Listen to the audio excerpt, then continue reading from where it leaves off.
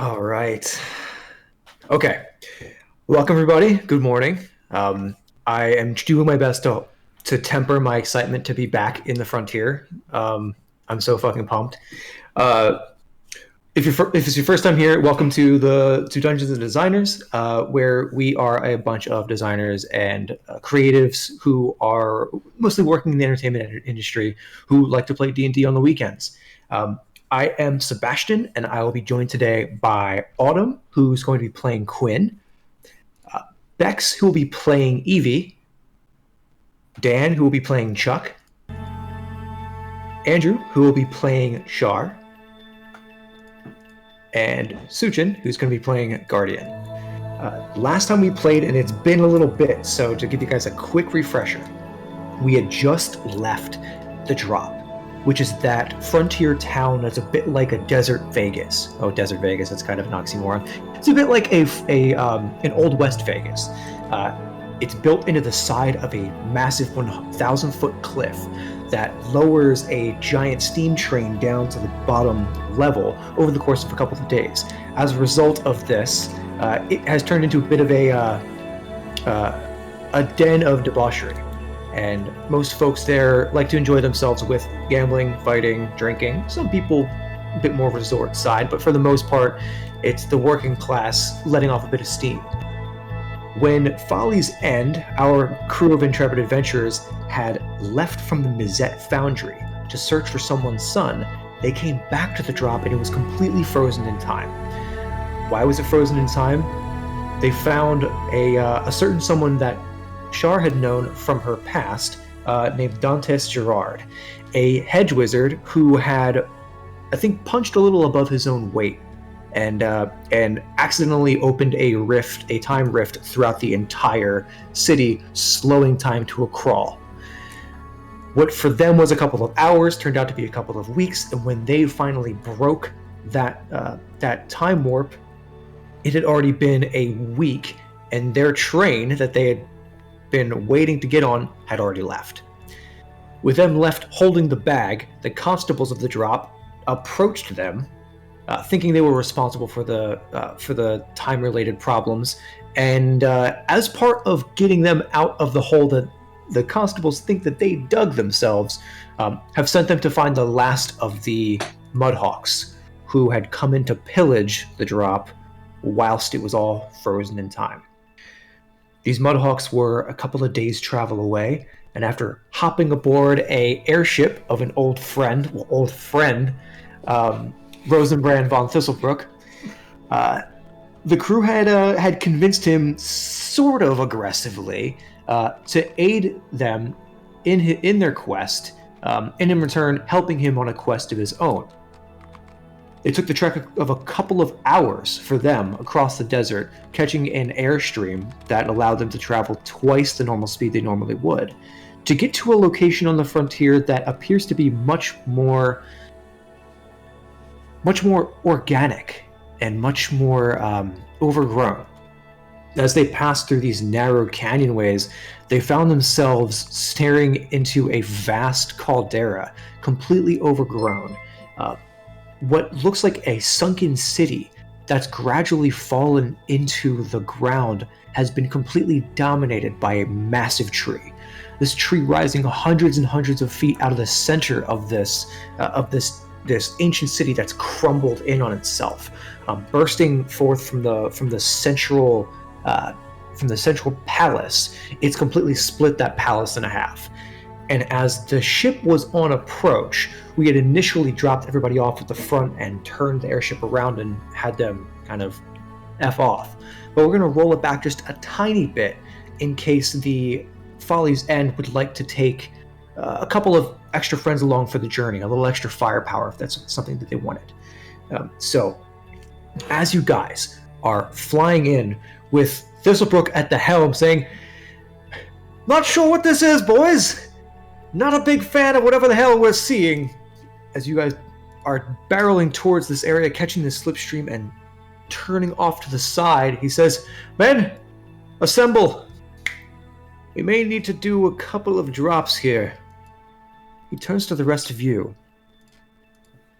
The crew assembles on the deck, and from this, a handful of folks step forward. And these are some of the sidekicks you guys can take along if you so choose. The three of which being, stepping forward, kind of plops down on her very ample butt, is a huge, rotund, we'll say, owlbear. She's got a harness on her head, a leather harness across her chest, and as she sits there, kind of on her haunches, sitting back, she kind of gives a lazy and shakes her head back and forth. Stepping up from the side with her staff in hand, she turns and looks down over the side. "Well, could be something valuable inside." Is Grohl, the turtle that you guys had worked with before, and then more towards the back, sitting on one of the crates, is a strange mantis-like creature. Somebody that you guys have, or a creature type that you have seen before, a Thri-kreen. This one here has these big yellow eyes, green mandibles, mottled green and orange carapace. Wrapped around it in a sort of shawl, half shawl poncho, is something that almost looks like kind of like an Afghan. It's clearly braided together and has multiple different colors attached into it. and you can see on his side, so he wears no clothing aside from a harness and the shawl, slung across his hips are two wicked-looking scimitars. So you've got your choice of Ziz, who is an expert. You have Puck Puck, who is a owlbear defender, and you have Groll, who is a spellcaster healer. Well, I've got my opinion. Don't need any healers. This is against the Folly's and Creed to have any healing of any kind. No healing, no utility. Every potion. The best highest utility DPS only. Oh, here's DPS only. If you have enough glass cannons, they can't get close enough. Exactly. There's tons of utility in killing, okay? But how can I shoot faster?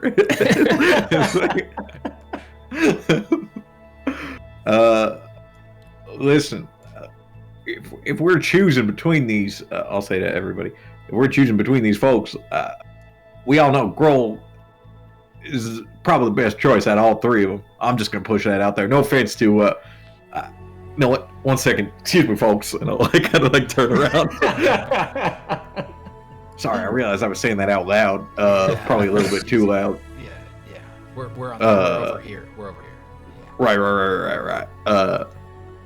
I think I want to see what that old lady can do. Quite frankly, she's managed to live out there for so long. She's got to be some sort of adventuring genius or something.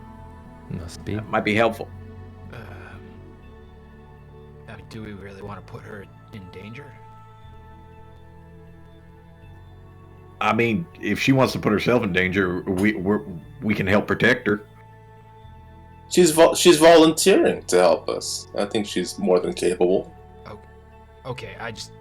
We've had some instances where people have come out with us and right. Our survival rate of new guests is not particularly high. Sitting at if I'm doing the numbers right, around 20%. Char, it's so great that you lasted this long. By the way, I should feel honored that I've managed to hold my own this long. Yeah, no, you're doing great. I think we can all say that. Even without boots, you've managed to come this far. It's amazing. So far, Really Chuck, great- you have great not done the stuff. numbers right once, as far as I can tell, but Well, yeah, that's a good point. we're working on it. Mm-hmm. So anyway, Listen, I like Groll. She is very smart and perfectly capable. I do not know about the rest. I personally don't ever need help, but whoever you guys think you need, go ahead and, and I'll just kind of walk over to the drop point on the edge of the ship and just wait. Yeah, you guys are still a fair distance from what you guys have designated as the drop point. You're being dropped at the highest point, sort of the way the city is built, viewed from far enough away, almost looks like a pile of rocks. But as you're getting closer, you're realizing these are all buildings that have been displaced, as if the way that an oak grows up between, from under a sidewalk. It's completely displaced the buildings beneath it, and so they all rise sort of at crazy angles. But there's a central palace that's been split in half with the trunk of the tree growing through, and Rosenbrand has designated that as the drop point to avoid needing to move through this city. Hey, Capitan, how much time do we have before we get there? I think ETA about 5 minutes or so. I'm slowing up a bit, checking our defenses. He's kind of looking down over the side. You can hear the sound from beneath the deck of cannons being loaded just in case as the rest of the crew moves up and down the bottom of the ship.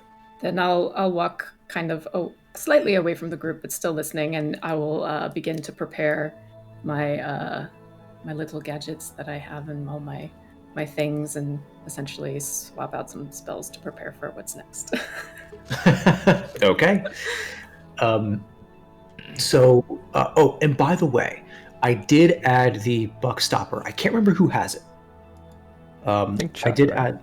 I think Chuck, you have the buck stopper, right? Sure. I added that to D&D Beyond. So if you search, if you go under manage equipment and you search buck stopper, it should be there. It should be the one that has the bolded. It's like a battle royale in my fucking house right now with these cats. They're over here like punching my blinds. I don't get it. How many bits do they win if they or channel points? They each get 50 exposure. Every time they jump, Oh, it's 10. But it's also see. kind of confusing.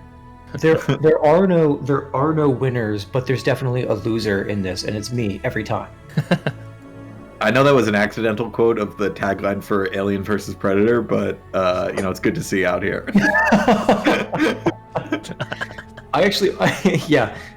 That's I was cursed by a gypsy, and now I occasionally You constantly have to quote Aliens. I constantly have to quote Aliens vs. Predator and other forgettable alien movies, alien and monster movies.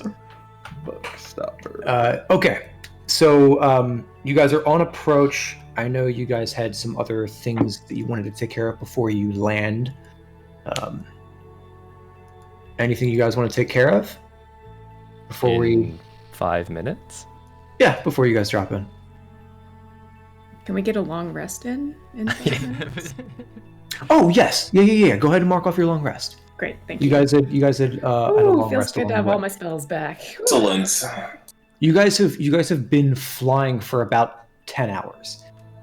Oh, okay. So Boy, so you were being I serious? We honestly- can mark off a long rest? Yes. Oh, thank God. Yes, definitely. Okay. I thought you were being facetious. No. You guys have been flying for about 10 hours. I had truncated the timeline a little bit initially, but it makes more sense, judging from the distance where you guys are, that it was, almost like a day's flight, basically, to get there. Okay. Well, if we're all set on a roll, Yeah, I think. Yeah, Grohl guys is, want to go roll? Grohl is a great Yep. choice. Cool. Roll is great.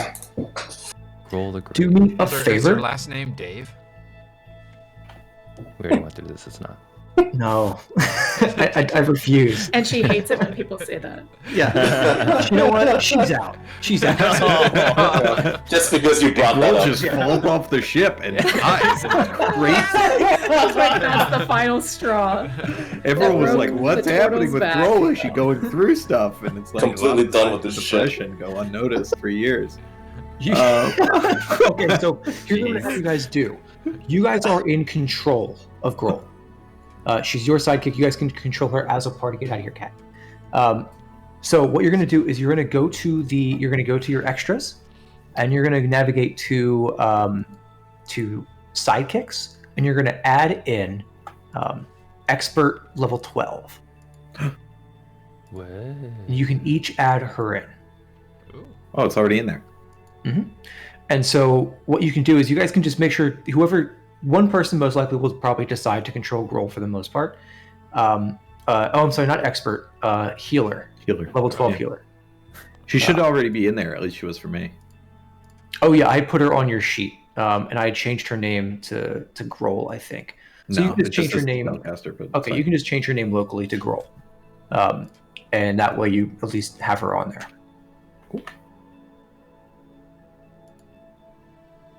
Grohl this way. No, Grohl this way. No, Grohl this way. So you guys can all take turns controlling her if you want to. One of you can sort of, helm Grohl if you'd like. It's totally up to you guys. She's your character collectively. Oh, Grohl, your AC is garbage. I thought you were Tortle. Oh yeah, I'm sorry. Bump Spellcaster that to healer level 12. That's the one. Yep, bump that to 17 and bump AC. her hit points. Yeah, bump her AC to 17 and also bump her HP. yeah, bump her HP by 20. By 20. Got it. By 20. So 78. Yep. Carry the 2. Checking the math on that. Yeah. Come on, man. We're all artists, terrible at math. Yeah, no, this is why we all. I finished are studying visual for my people. GMATs a little while ago. My math has dropped. You basically used all your stored math, and now Yeah, you I'm have done to accrue math over the next couple of years. I think that's how it works. My Yeah. stored math has been minimal since grade school. It's just horrible. Mm-hmm. All right, y'all. She's like So- she's like a first aid kit, like on a trolley. She's Basically, She's my new best friend. Is Yeah. what I'm saying. ambulance on legs. Roll, yeah, so roll it. basically, we're never gonna use her. I'm looking pretty at her much. spells. I'm like, Jesus Christ, she's got God. everything. And I was just gonna use her action for a quarterstaff, but I I'm guess sure the other ones are cool Chuck too. will absolutely use her. So, It's- Yeah, basically, one of you are going to take Mascaroons. whose back God. pocket she's holding. Whose belt loop? She's got her Whose finger belt there. loop she's gonna hold. Hanging on there. All right, fine. I'm getting on her shoulders. You're gonna ride.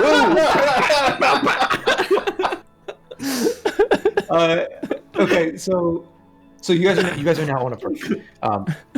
As it's pulling in, Rosenbrand also hands you Chuck something that looks like a Roman candle, and he says, he's like, activate this when you need us. We'll pull around as quick as we can. He We may handed have it some- to Chuck. He handed it to. You know what? No, he's gonna hand it to Evie. That's right. Wow. Yeah, Chuck, If he I goes forget to that- hand it that- to Chuck, I'm gonna grab it out of the air. No. I didn't want forgot this that- responsibility Yeah, anyway. I forgot that Chuck and Quinn are two of the most verbally abusive people to Rosenbrand. Well, maybe you shouldn't be such a shithead all the time. Okay, that's enough. What? Yeah, exactly. Puck, get rid of him. Okay, so. So what is this for? Oh, it's just a Roman candle. No, so if you speak the command word, which as long as you're holding it, and the first time you hold it, the command word is whatever you designate it as. Fire it into the air, and that will give us a good point of reference as to where to find you. It's a flare gun. Ooh. Evie, So- what do you want the command word to be?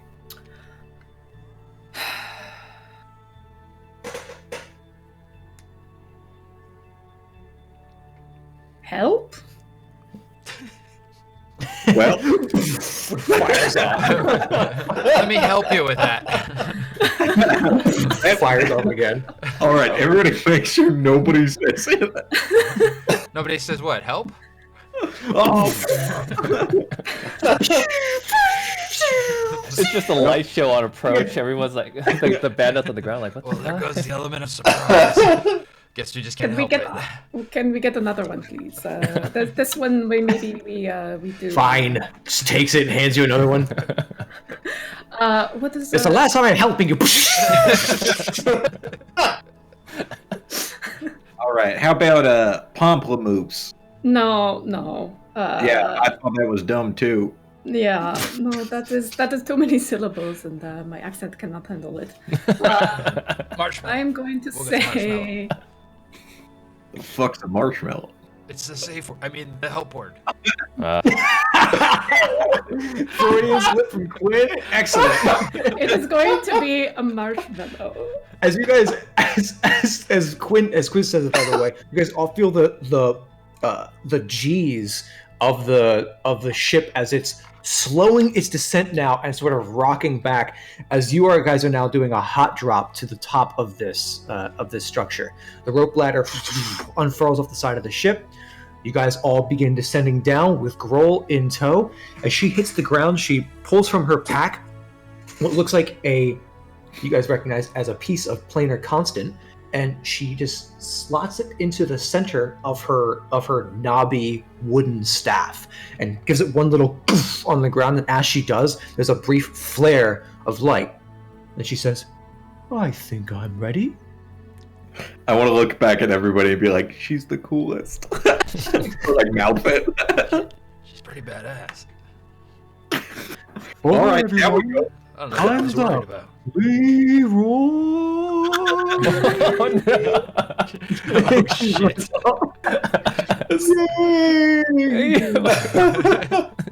Slowly walking off. She starts walking. Grohl, what's your speed? 10. Quick question: if most of your weight is carried on the shell itself, is it going to bother you if I get up on there? Please do not climb on my shell. I have enough in here as it is. All right. Well, that's disappointing, but I understand and respect your boundaries. You guys now stand at the mouth of this, what was once a beautiful, very stout, square structures. Very harsh right angles to most of the structures here, but very ornately carved. Bits and pieces of runes remain, though most of it's fallen away. The entryway you stand at has runed carvings up along the sides and across the top, although the top of the structure has sort of cracked and fallen in slightly. You can see there are vines that have curled around this. The outer portion have crawled out from the central hole. From above you, it's almost completely covered in wild living vines that have their own sort of greenery that's begun to sprout and grow from them, independent from the central organism. It is a curtain of green covering the top of this. It almost looks as if it's been completely reclaimed by whatever nature has sprouted here millennia ago. And one other thing that you guys do notice, there is a very rank, fetid smell of rotting plant matter that's very strongly coming from the central entranceway. But you do see bits and pieces of like a fire pit, a camp, a couple of bedrolls that have been abandoned out here in the entranceway. Shall we take a look around and see if we can Maybe scout find some any stuff out. tracks or such things Yeah. like that, Mr. Tracker person? I I will, look at Quinn. Thanks, Evie. Yeah, I'll give me a second. Let me check this stuff out real quick. Yeah, go ahead and give me a survival check. I'll lean into Grohl and Oh, whisper. give me a survival check or an investigation check. It's up to you. Okay. He needs to feel important. Are you talking about me? 22. 22. You find bits and pieces of creature comforts. You find food. A half-eaten meal still in the pot in the center of the camp. From your check, these beds have been empty for a number of days. They've been empty for almost the better half of a week. You find what appears to be what's an old Frontier Coalition map that they've noted and annotated on. You see there's a region far to the northwest that's been marked up amongst a cluster of mountains. Okay. Hey, Brains. Check this map. Yes. Not you, Brains. Her Brains. Right. That makes more sense. I said brains, not eyes. When you look at that map, give me a history check. Quinn, you have such a way with words and women. I try. Wait, what? 23. You see that area in the topmost portion, and you can see that there is clearly it looks like somebody sketched in a volcano and an inverted mountain. And judging from where it is, it looks to be the mouth of what's called the sand stream, which you all have heard of before. The sand stream is a miles wide. Sorry, I'm having a brain fart. It's a miles wide landslide that moves constantly across the continent.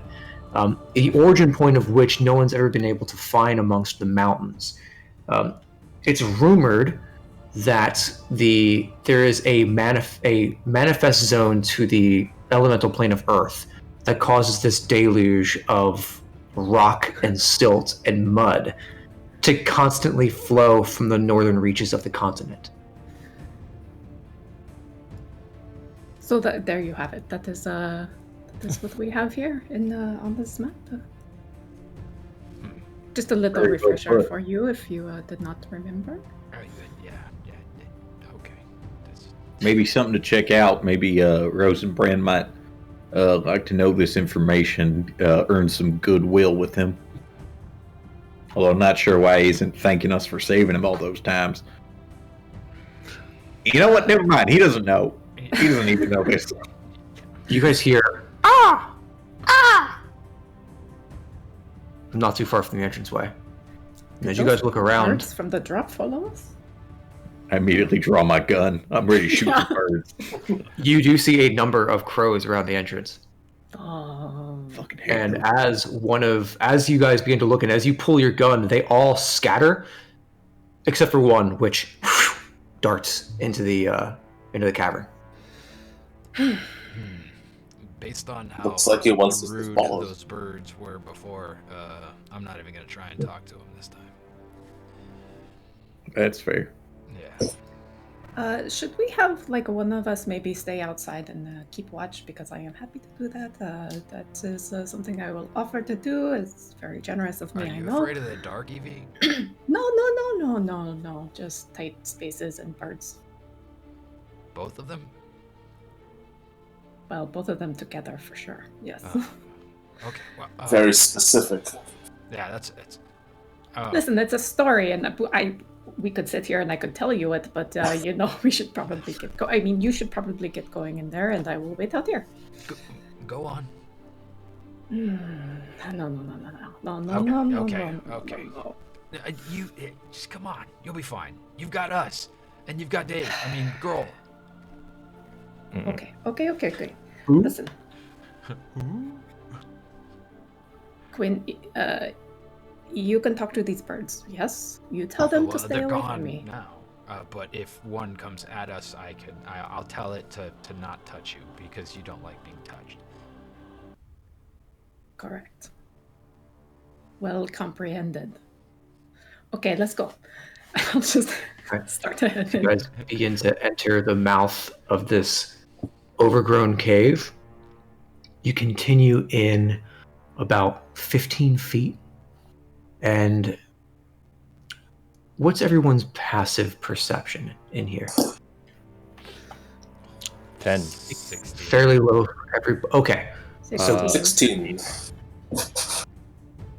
And what was yours, Evie? I don't 16. remember. 16? Okay. The three of you notice that as you push in further, that funk is getting thicker and thicker to the point that you can almost feel like it's actually it's causing distortion in the air, almost like a gasoline would, or heat displacement. There are these tiny little motes that seem to be flying in the air, and as you get further into the darkness, you are being completely closed off on all sides by both roots and darkness. It is pitch black in here. Going And to as take out the pin light and turn it on.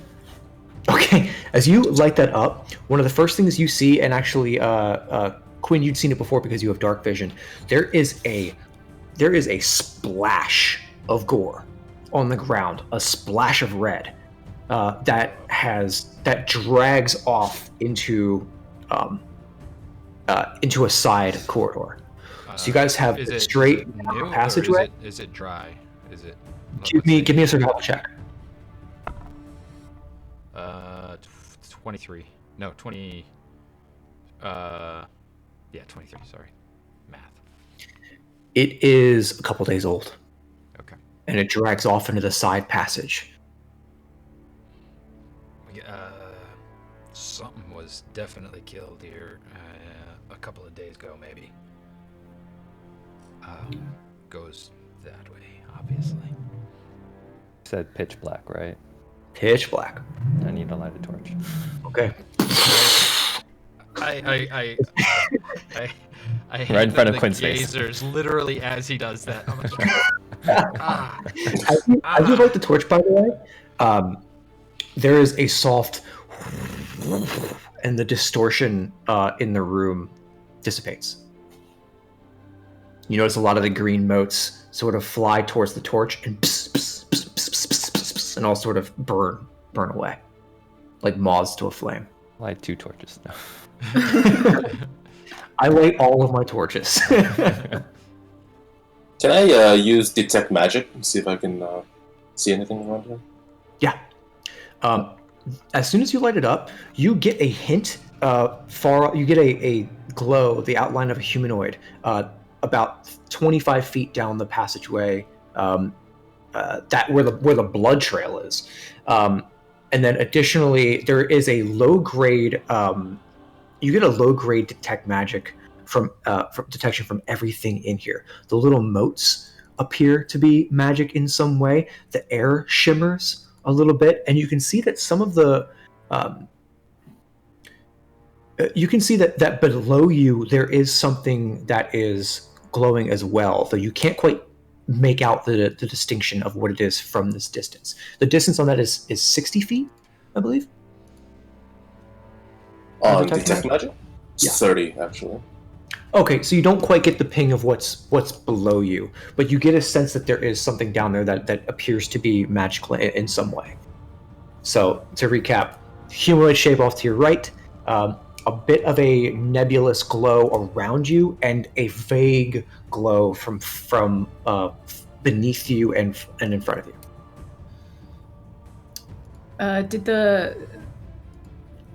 Did the pen light have the same effect that the torch had on the stuff, or is it the fire that it's reacting to? You notice that the pen light did not have the same effect. Cool. So, where are we going? Yeah. I Shar, think we should go. Did you convey what you saw? I did, yeah. I was just gonna say, there is what looks like a person over there, off in the Well, maybe you vague should go check it outpour out, of a and I'll person. push her forward. I could check it out without getting seen. I'm pretty sure. Yes, please. That'd be great. Oh, okay. Throw up the All right. If you're Throw up the hood. scared, Char. Give me Cautious, not scared.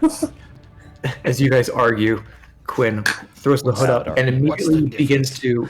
You can actually see as he throws the hood up, like a chameleon effect overtakes the cloak and sort of almost becomes textured in the same way that a lot of the roots and everything around here are. Give me your stealth check first. Okay.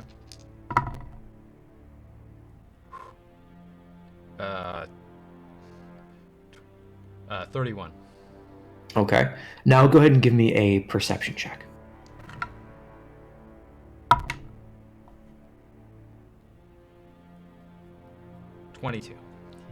Okay. You begin creeping down this hallway. You notice that the vines have completely overgrown this section as well, turning what would be a squared and beautifully carved hallway into almost a completely circular space. Move forward about 15 feet, and then just out of the peripheral of your vision, you see a thin wire running across the entranceway to this room. And as somebody who has this spell, you notice it is the wire for the alarm spell. Okay. It is a thin silver line. As somebody that has the spell, do I know if there's a way I can disarm it without setting it off? You know that to disarm it is to set it off. So it was disarmed, I believe. Unless it can be dispelled. But I don't think you can dispel magic. Not currently, I don't think. Yeah, I think if you touch it in any way, it triggers it. But it's Dispel only magic touching... wouldn't work on it? It would have to. But I don't have dispel magic, so it doesn't matter. I can cross that line if I step over. I wonder if somebody else You absolutely does. can. You absolutely can. Yeah. I just turn around and yell. You can totally. Hey, Ethan! I think somebody cast the alarm here. Yeah, you can totally step over it. You can totally step over it. I step over it just to get around it. This room is not huge, by the way. There is a center column that looks to be like a load-bearing stone column that's carved with very angular style of runes that has been eroded away by years and years and years of time, wrapped in these wrist-thick cords of vine that grow into the ceiling. And as you enter the room, you hear a faint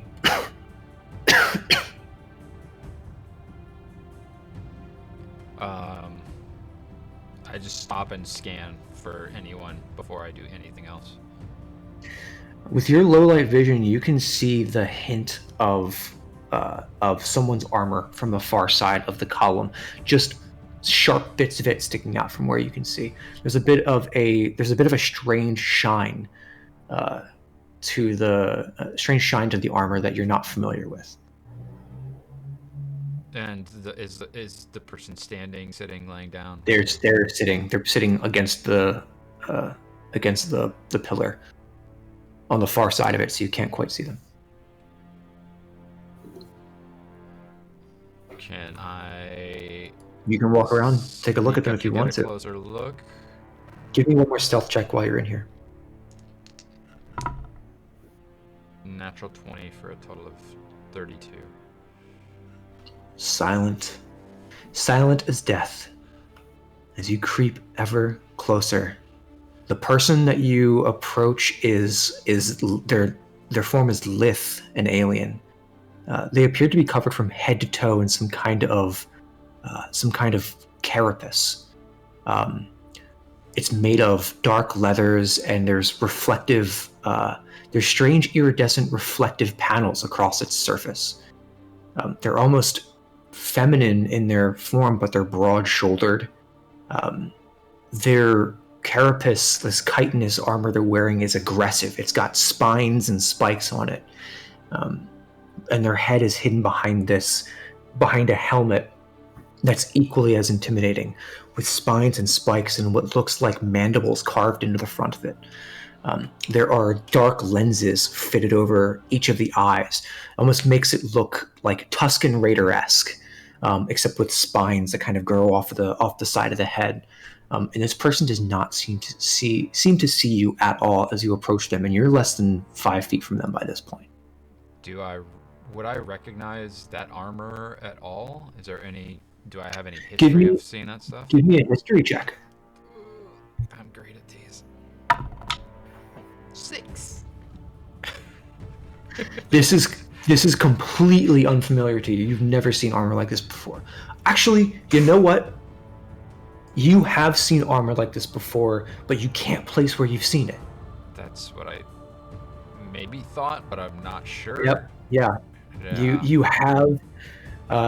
You look at your own armor, and you do see hints of the same kind of workmanship, but it's.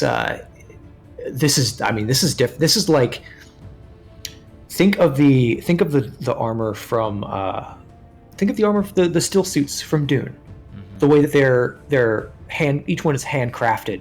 There's a shawl that's sort of over the front that's covering part of it. There are these long hanging pendants and bits of bone and bits of glass, obsidian, that hang from chains across the front. It looks like it's highly personalized. And it is polished to a sheen that in this dark light, you can see it reflecting a bit of the tiny bits of ambient green glow that suffuses the walls from some of the glowing fungus around you guys that only your dark vision can really even pick up. Oh my god. You're the only one in this party with dark vision aside from Chuck's devil sight. Oh, jeez. I just realized that's crazy. Okay, anyway. All you humies. Hey. Well, Humie adjacent? I don't know. Thank you. Additionally, while you're in here, you do see that there are a number of crows. One which is perched on the leg of this person who is on the ground.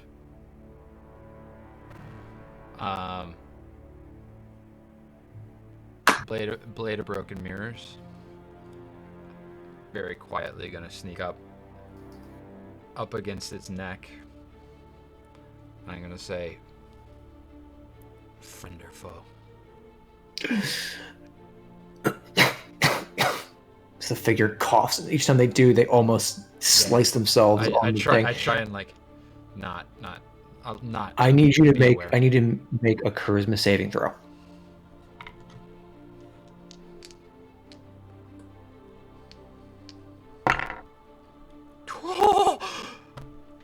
Natural 20. Like dropped out of my hand on the table. I'll take You it. feel the blade trying to pull into the person's throat against your will. Oh shit. You feel it actually trying to pull in, and it's trying to take the life of this creature, and you have to pull it back. And as you do, you hear whispers fill the back of your mind. Take it. And then it's gone. As the figure coughs, friend, I hope.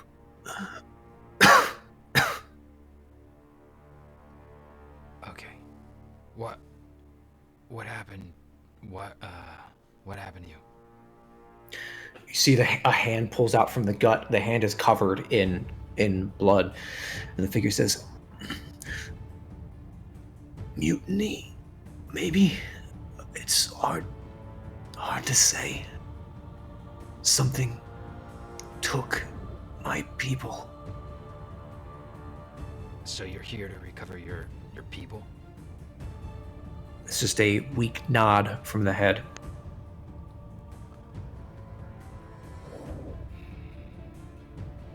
Can I get an insight check?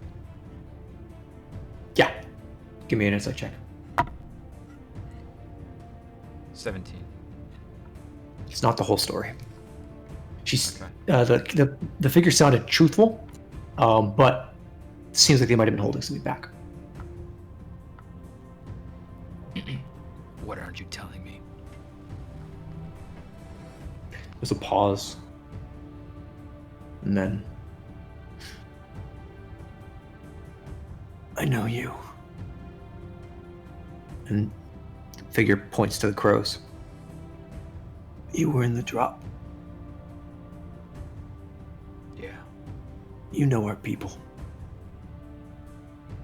Who are your people?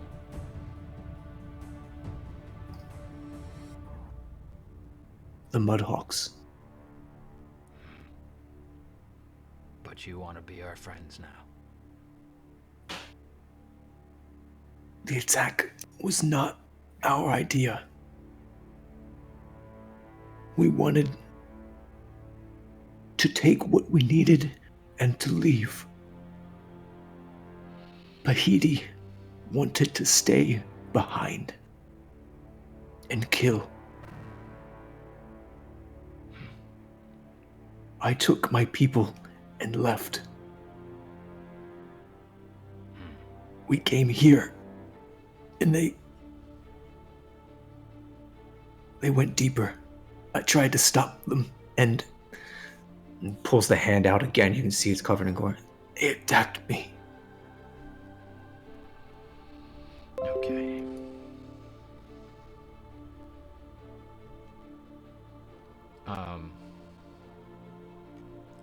I'm gonna do a small cure wounds on her. Okay, go ahead and give me the number. 6. Okay, yeah.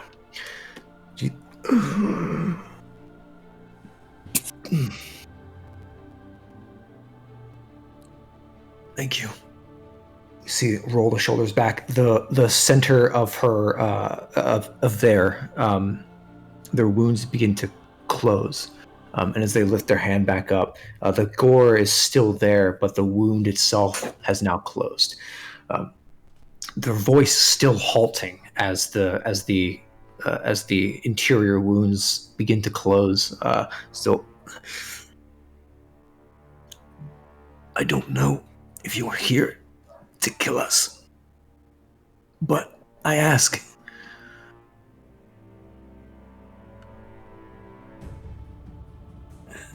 we will go and face justice, but get my people out of here.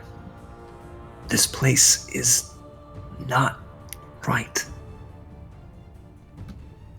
Wait here. And I go back and I tell the crew what I found. Okay. There's one of the Mudhawks is here. I step over the trap when I go back to see them.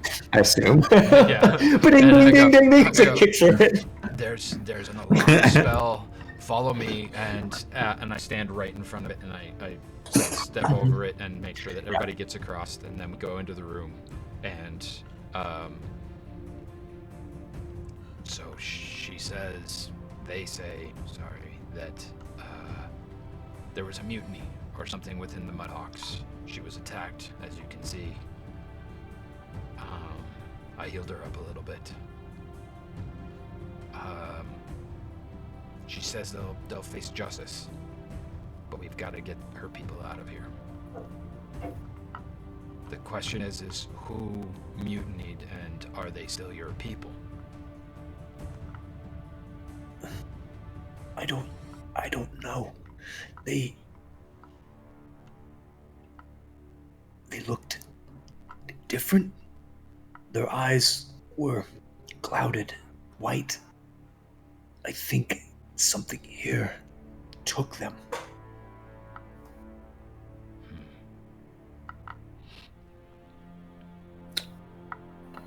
Is it, Evie, you're familiar with this kind of stuff. Do you think that's something that we could somehow circumvent, bring these people back to justice?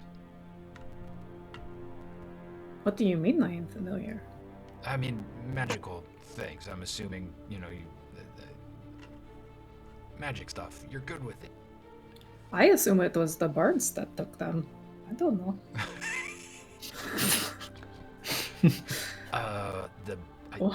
These birds are was yours. Was it birds that took them? Because those things were super creepy. The birds are mine. Oh. I've tried to send them further in to scout. None of them return. I can't lose more of my flock. Oh.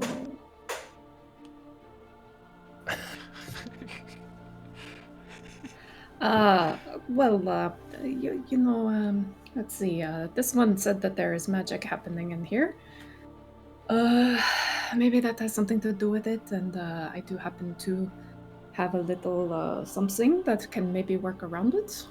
Perhaps get rid of it altogether so that we can safely navigate. That is, if we want to go in and do this at all. I mean, didn't we come here to get the Mudhawks and... We came for the supplies that they took. Where are the supplies? Presumably with them. If we find them, we find the supplies. When they left, they took their packs and everything with them. There you go. Where? One of them has our bag of holding, which has all of our food and most of the goods that you're looking for. The rest didn't make it this far. We found a worm on the way here, and it took 2 of our scrappers. We ducked into the ruins to try to get away. I see. Well, that kind of decides it then. If our goal is in there, then Please maybe... take them. Get them back. They're good people. We're not always bandits. When we left Elazara, we strayed from the path. We'll We try. are capable of good.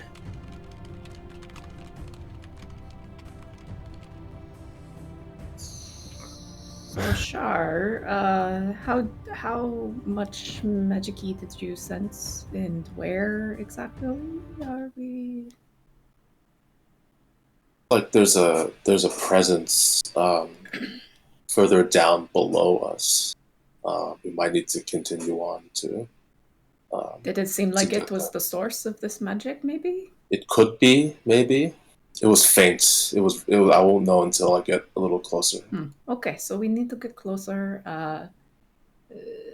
Hey, Grohl, do you think maybe we could help this one feel a little better somehow?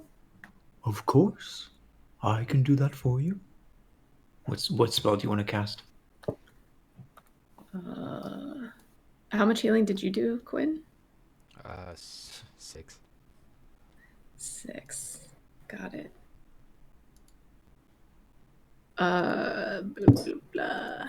I guess we could try a lesser restoration. Would that? I don't think I'm lesser not familiar with restoration that would spell. do. That would cure a disease, or I think also a curse. But it's not, or I think also Condition. a certain condition. But it, she doesn't. From what you saw, she just appears grievously wounded. Or they appear grievously wounded. Okay. And so they don't seem like they are under the affliction of anything outside of severe damage to their mortal coil. And then we'll just try a first level cure wounds. Okay.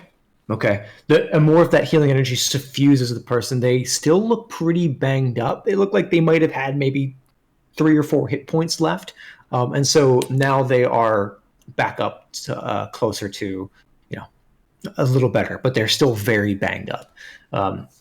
You can, if you'd like, attempt to heal them back to full health, and if you do, then you can bring this person along if you want, as a companion. But I mean, it's going to take a bit of investment from Grohl's spell slots if that's something that you do want to do. It's not like we're going to get damaged outside of this, so. Let me Yeah, you can look up. burn all her spells on this NPC. Let's and use our healer completely Thank you. on an NPC. We're not gonna use her to heal ourselves anyway. I mean, what's the point? God, Grohl's so useless. All she has is sacred flame. No. Well, Grohl does have heal, which would give 70 hit points back. That's a lot. It's For a about 6th level her- spell. It's her only 6th level spell, but Yeah. I don't know. I'm kind of curious to know what this NPC can do. Although if they got Birds. stopped at the mouth of the cave, that's probably not a good sign. They were, to be fair, they were beset by 6 other individuals. So Oh, okay. So You'll have us to hang on to them. I don't know. Well, let us ask this person. What is your name, please? Cirith Ensign. Cirith. Well, I am Evie. And Grohl, Chuck, Quinn, Guardian. We know who Folly's End is. See that? In fact, our old leader was the sister of one of your people. What?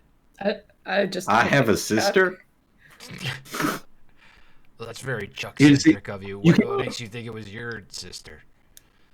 You can't see. Right, that's a good You point. can't see Cirith's face, but you can feel the stare through the dark obsidian lenses that just bore into your face, Chuck. Yeah, I think I'm not putting 2 and 2 together. What was I what think was she may this be leader's referring name? Cirith? Alizara. Ah. Yeah, Alice R. I remember hearing about Alice, and where do I know that name from? Oh my god, this is killing me. Isn't that Galadar. Galadar's Yes. sister? Yeah. That rascal. I miss him every day. Him and those hot legs of his. Very shiny. Very shiny All hot the time. legs. This is Shiny.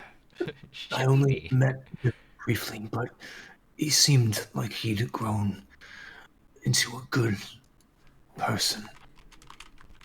He's the one who Best. turned Alazara from the path of Oh. being a bandit queen.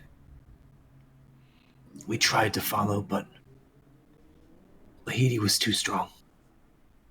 And that's the bone lady?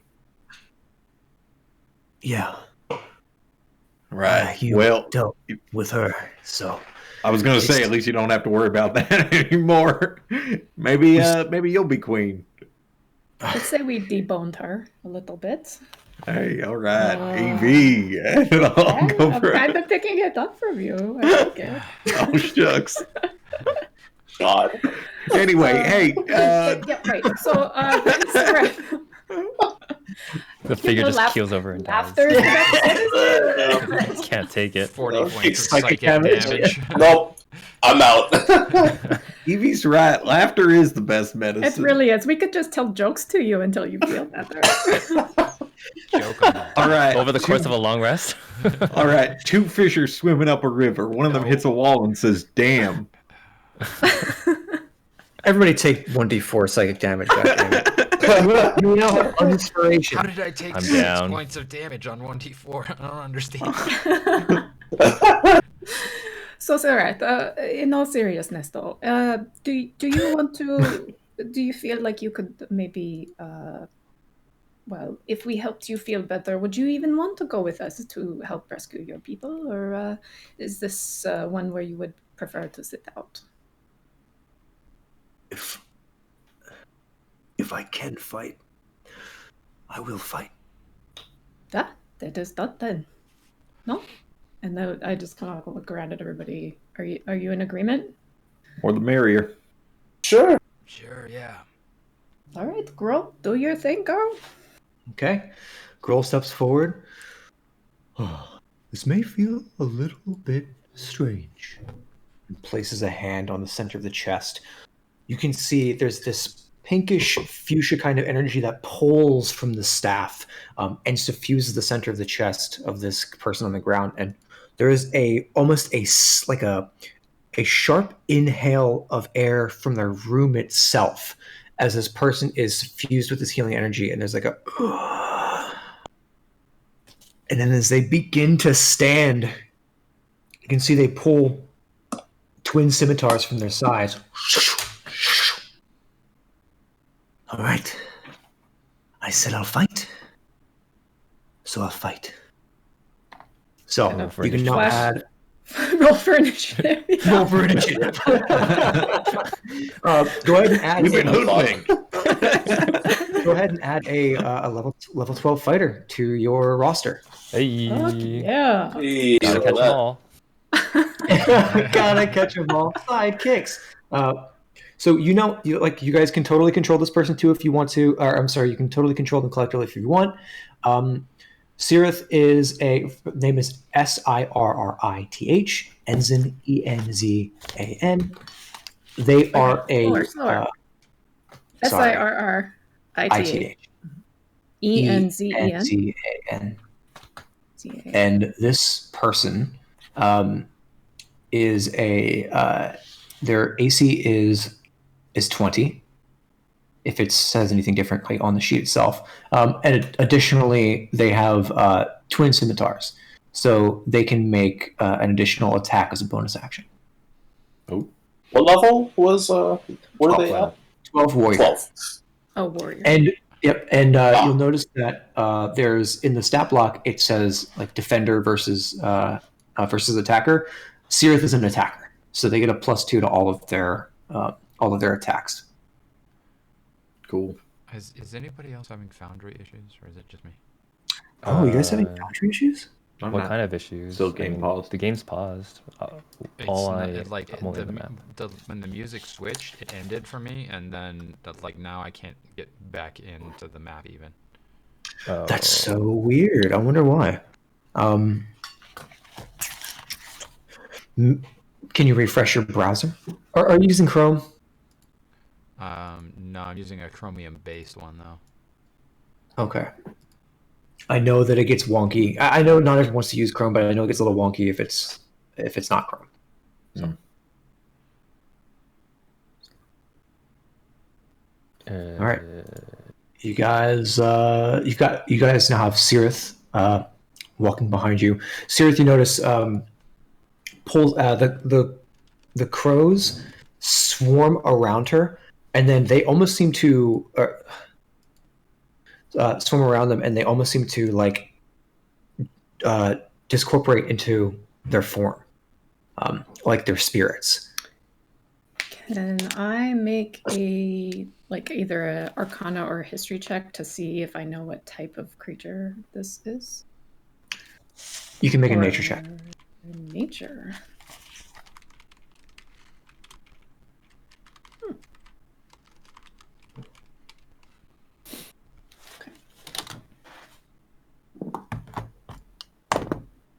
Okay. 20, not natural. You know that sometimes there are certain people in the world who bind themselves to nature in certain ways that allow them to harness special abilities. You seem to get the idea that a lot of Cirith's prowess comes from their ability to harness this nature power, and one of the ways it manifests itself is in a murder of crows that surround them. It's called a murder of girls for a reason. Basically, they're a swarm keeper, but without the additional PC benefits that come with being a swarm keeper. Very So, cool. has like a bunch of familiars flying around them at all times. I'm just gonna play around with shining the pen light on the armor just to watch it.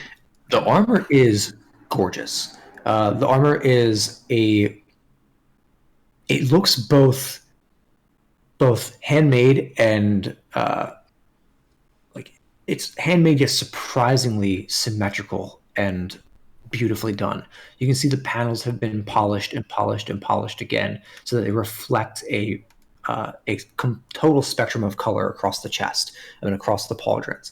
Any area that isn't fully iridescent has a deep purple sheen to the innermost parts of it. It looks like the whole thing almost looks pearlescent, with a deep purple. It's like you put coat after coat after coat of clear coat on something, to the point that it looks like the color's actually like 10 feet deep. Is it causing any of the bounce light to be like different colors in the cave? It's surprisingly not. It actually appears to pull in color. So you see it reflected a bit on them, but they reflect none of the color of the room. I'm going to As if it's actually dampening them. I'm gonna start inspecting. I'm breaking into the bubble. The personal bubble. You immediately hand gets slapped away, and you can see the mask pulls away, and like kind of pulls it up. And you notice as they pull this helmet up, it's surprisingly flexible. It pulls off like a Spider-Man mask, but you can see that the ends are actually they're like a almost super flexible plastic. The way that they move, you see a bald androgynous face. You see scarification across the brow and across the cheeks. You see these deep like ruby red wells of red eye as they now stare directly into your face. Do not touch. Okay, just trying to. I'm admiring it. Are we going to walk? Cirith, how well do you know the layout of these ruins? But I want to know what the. Oh, okay. Yes, we should. Not that well, unfortunately. This is the farthest I've gotten. Have any idea of what to expect in there? They just take their head back and forth and pull the hood back on. Okay. Do you see where your group was taken? This is the furthest in I've been. I have no idea what's down there. Sorry, just so I understand, was it your group that attacked you, or was it... My group attacked me. Okay, so they were overtaken perhaps by something. I don't know what it was, but their eyes were clouded, like they were under the control of something, and Okay. I was the only one who was wearing full armor. The rest of them were exposed. I don't know if it's in the air or if it's in the mind. I don't know. Okay. Okay. I think the longer we spend here, the sooner we're going to find out. I see. Now that I hear. Yeah. Off we go, folks. Let's go. All right. Let us move forward. As you pass back through that chamber into the central thoroughfare, you can see that the hallway continues another 40 feet and then ends in a collapsed hallway, completely smashed in and crushed. A lot of the rune work, the beautiful rune work that goes scrawled across the top, has collapsed inward. And instead, in front of you, with a bit of surface water draining down into it, is a hole in the floor of the hallway. It's completely smashed out this section, so it looks like something might have fallen through from the top, and it looks down into the chamber below.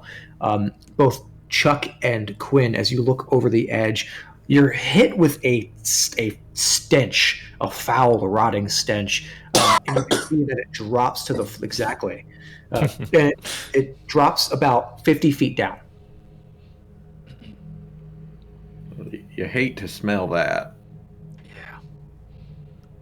I thought that Almost was as just bad as your Quinn. locker. Insults flying in a triangle. All right, man. And I'm just gonna like walk away. You're over the edge. First. Is this the only Oh, did you say who's forward? first? I'll go. Well, It's going to take about 50 feet of rope, so one of you needs to throw your rope down there and attach it to something, I assume. So whoever wants to do that can do that. And you guys begin the descent. When you want to tie me up? But, that's marshmallow.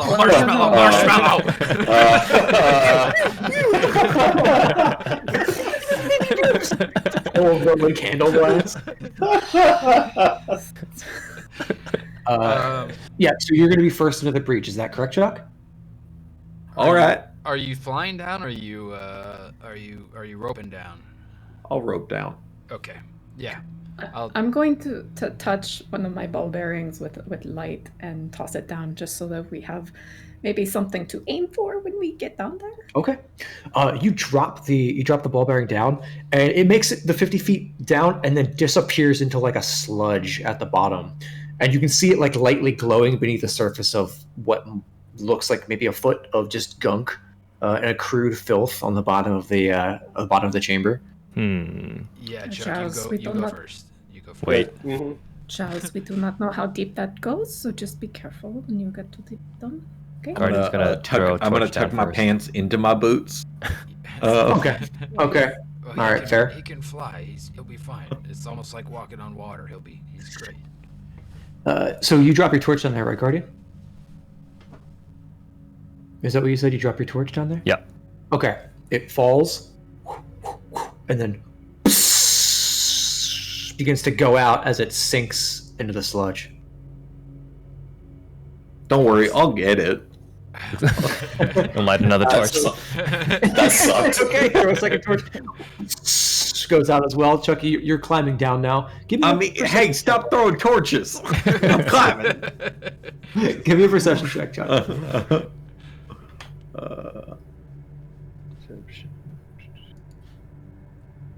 24.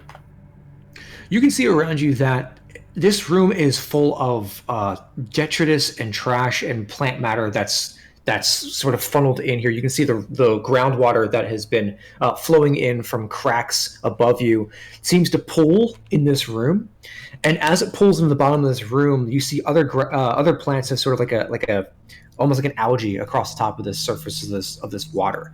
And as you're lowering yourself down, you can see that there are big mounds of like plant matter that sort of scattered around the room. Some of it appears anchored to parts of the room. Some of it appears like tendrils of like long vines are sticking to the ceiling. There appears to be a couple of tall load-bearing columns down here, and that seems to hold a lot of these like stringy plant lumps together across the entire room. It looks like you might need to like machete your way through the parts of this room as you're lowering yourself down. The center of the room is where the most of this plant matter is, as a lot of the groundwater has sort of drained down on top of it. You're coming down about 10 feet away from that central portion.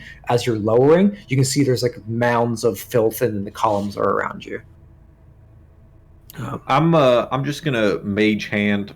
I'll take out my gun and shoot it, and a hand comes out and just kind of brushes the plant matter to make sure that nothing weird happens.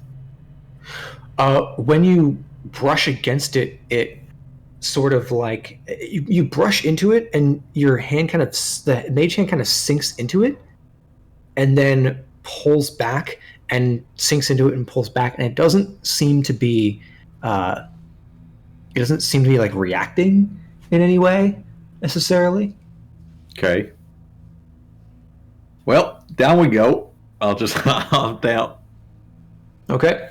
You drop down, climb down to about the 50 foot mark, and you notice that as you get to the bottom at the end of the 50 feet, there's still about 7 or 8 feet that you have to drop down. So as you drop down, you kind of splash into the fetid water at the bottom and fish around for both the ball bearing and the torches. They're both down there, just doused beneath the algae covered water. All right, it's next? Gross, but I got him. Who's next down? I'll go. Okay. So you begin to drop down in. As you are kind of lowering yourself. You don't touch anything. You just drop down to the bottom. Chuck, as you're looking around the room, you hear Quinn land beside you, deftly into the water, and then you both begin to kind of look around the room. Who's coming down next? Very deft of you, Quinn. Thank you. I will. I'm going to deftly maneuver around the room quietly as possible. Okay. Both of you, are you kind of investigating as you're walking around, or are you just kind of walking around? I'm investigating, being quiet, waiting for people to come down. Just, okay. Passing time. All right. Give me an investigation check. And let me, we can, just to give you a better sense of this room, because there are some physical portions of it, let me pull you guys in. Let me pull up a battle map. No reason. No need to roll for initiative or anything.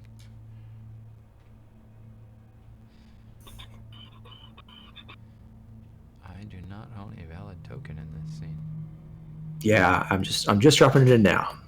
We don't exist. Quinn is no longer. Oh no. All right, so let me put you guys here. Oh, I forgot to turn off the rotating tokens, so you guys are gonna be spinning around like a bunch of idiots. I apologize. I mean, cool guys. That's It's official. We're in for us. purgatory. Okay.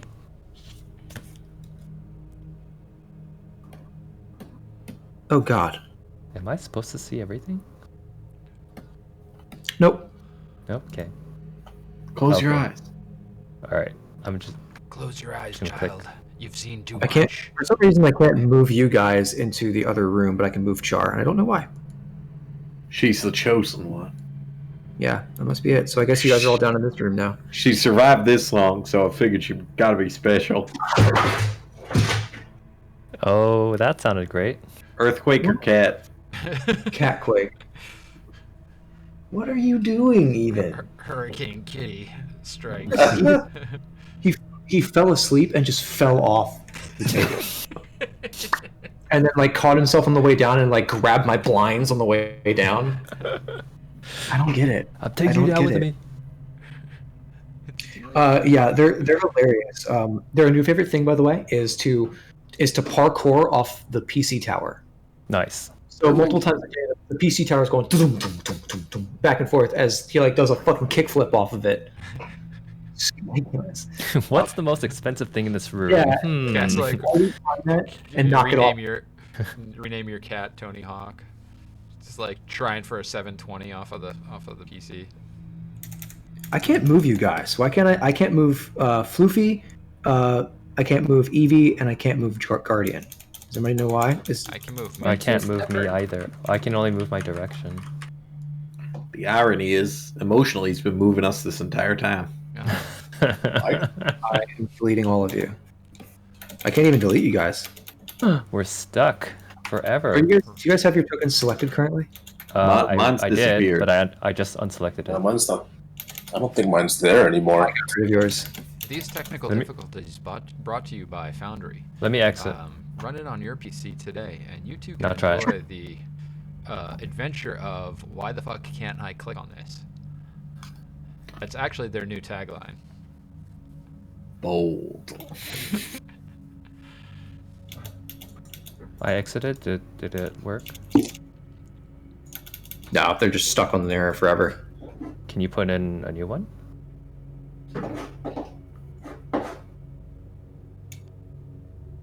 Yeah, but I still can't get rid of the old ones. Okay, well, maybe we'll just have to deal with that.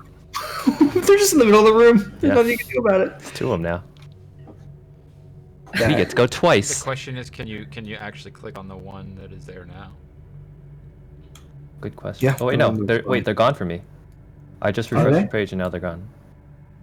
I'm not going to refresh the page. I'm sorry, friends, because Yeah, the last time I it takes a refreshed while. the page, bad things happened and we lost the feed for a while. So, there Well, will be And the sky is still red too. What? This guy.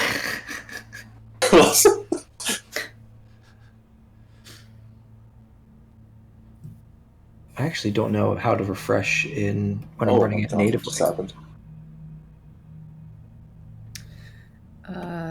So I do love how this has totally just halted everything, though. That's pretty Yeah. dope. I love it. All right, so in the interest of just keeping things moving, let me show you sort of how the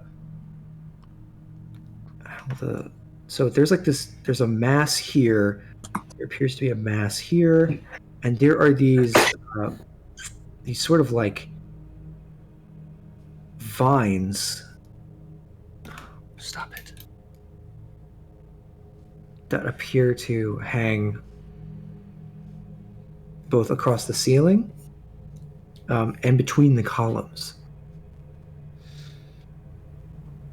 And a lot of them connect back to this like central mass of filth.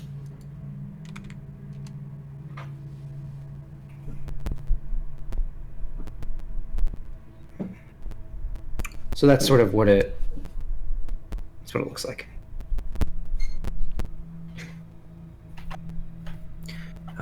And let me see. 1, 2, 3, 4, 5. I'm missing somebody. Oh, we're all there. Floofy. yeah, I don't see Floofy. There's Floofy. Wait, I don't see my token. What's your name again? I see your you. token. You're there. I Growl. see it. Oh, Grohl. Grohl and our new friend. Oh yeah, I gotta put them in. What is it, Johnny Petoulis? Is that his name? Their name? Yeah.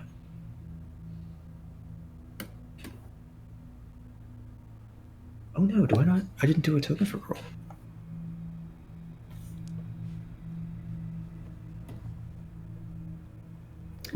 Should we take a poll on how quickly we're gonna have to roll for initiative? Do you just want to roll now? Preemptive roll. We're just gonna look at those vines and have to roll initiative.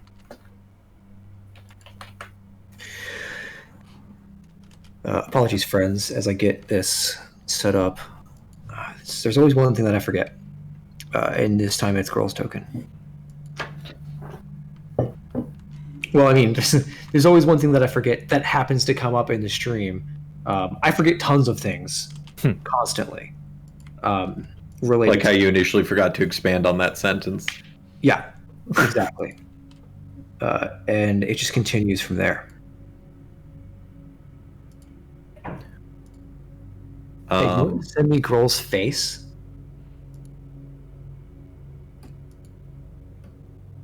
Autumn. What? Sorry, what?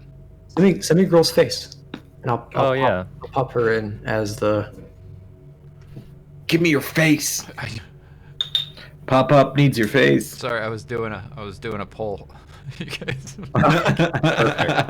Much more important. Yeah. He's the only one who could do that. Let me get. All right, it's. While you do that, I'll get Sirith in. Okay, there you go. Sent it to you. Forgot the option for now. I think that counts as less than 1 minute, Okay. considering that the poll is only gonna last a minute or 2 minutes. Oh, decisions. The token, which I have to show this because it's so fucking dope. I don't know if I can create a handout, but the art for the token, for Sirith was done by Sariana. It's fucking dope. So, but it's so tiny that I have to show it on screen because it's so goddamn cool. Do it. Unless Autumn can pull it up faster than I can, I bet you can, and just throw it like on the screen while we're prepping, putting everything together. Yeah, totally. Give me 10 minutes. I'll be right there. 10 minutes. She posted it in the art channel. I posted it in the art channel. No, she posted it in the art channel. I can't Somebody posted in the art channel for Somebody sure. posted it in the art channel. Or we could make people join our Discord to see it. There we are, friends. This is amazing art. Yeah, it's so cool. Ooh-wee. That's the person that you that was like bleeding out for 45 minutes, just like As we crack jokes. I mean, had you failed that charisma saving throw, I mean, We would have never seen cut this. their throat, you would have never seen anything. Oh, that's amazing. Yeah, that was like I literally dropped it on the desk and was like I was about to re-roll it and then I stopped because it was nat 20. I'm like, oh, nope, we'll take it. We'll take it. All right, get Grohl's token. Grohl's token is literally just gonna be Grohl's face. Did you get the one with the hard eyes?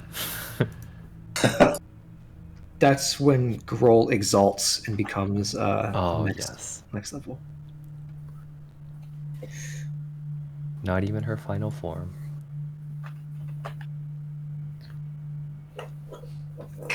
Oh, there it is. Related, I've started playing Dragon Ball Z Fighter, or Fighter Z. It's real good. It's good. Great game. It's on Game Pass. I was thinking about getting that. Oh, I think I will. nice. I think I Yeah, will. it's fun. Anyone wants to ever play on Switch, just hit me up. I Did you see totally they ruined announced that poll by bits voting. It's voting. What? You can use Yeah, you can- bits to do additional votes.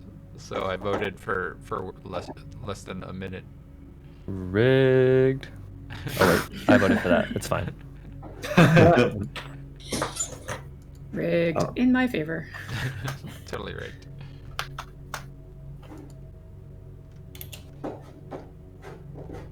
Oh, there it is. Hey, look who it is. Okay. So, Jesus, we got every character under the sun. We got our party of 10. Apparently. It's just her Because we face. can't- There's no circle. Oh, Grohl. We Yes, are that was the right one. The queen herself. Yeah. I like how her eye line is pointed up too, so wherever she's facing Wherever it, she's standing, She's like- yeah, when she turns. That's it's the way like she's doing. Should I refresh or something? I'm still not seeing anything on my end. Go for Yeah, it. go ahead and try to refresh. That was the problem Alright. I was having for a while. All right. Like I was saying Okay. before, the week that we finally get this figured out online is the week that we start doing like Well, actual that we in-person. change it all. Yeah. Yeah. We all just come Or over to your switch place back and to hang out in the garage with, lights and 16 cameras. Exactly. Yeah. We'll Fly just Dan get in from Jersey. $14,000 to fly Dan in every week. I really do I like think it's money well spent. the image of Grohl, like when she's talking to people, just starting to kind of like turn her head out, really awkward exposure. Oh no! Oh no! No! No! No! No! No! you were so lovely. Now look at you. Okay, so All right. you guys are where you dropped in. Basically, where Guardian's standing is where the hole above you guys is. The hole is about 10 feet across. There's a rope dangling down from the top right now. That is about 8 feet off the ground. So Guardian, you're able to grab that if you need to, but others of you will have to jump to grab it. It is pitch black in this room, by the way.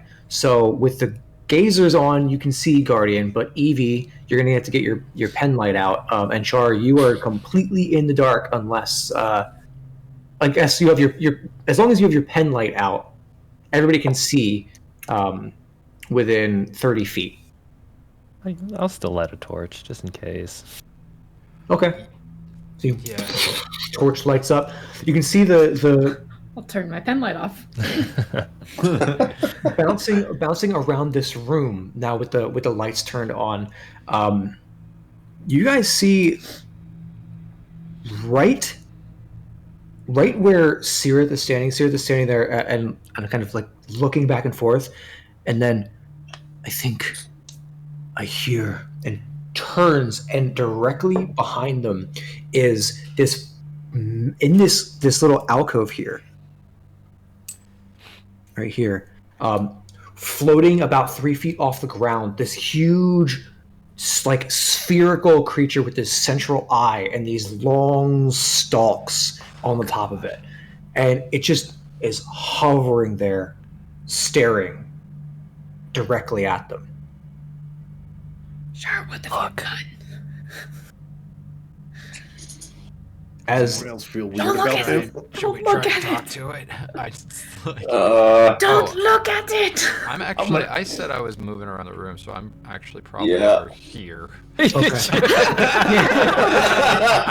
back do up at notice- the top, actually. Yeah, you're So, gonna like, go back to remember where when I you said that I were. climbed down? Yeah, go back to where you were. Just reaching for that rope.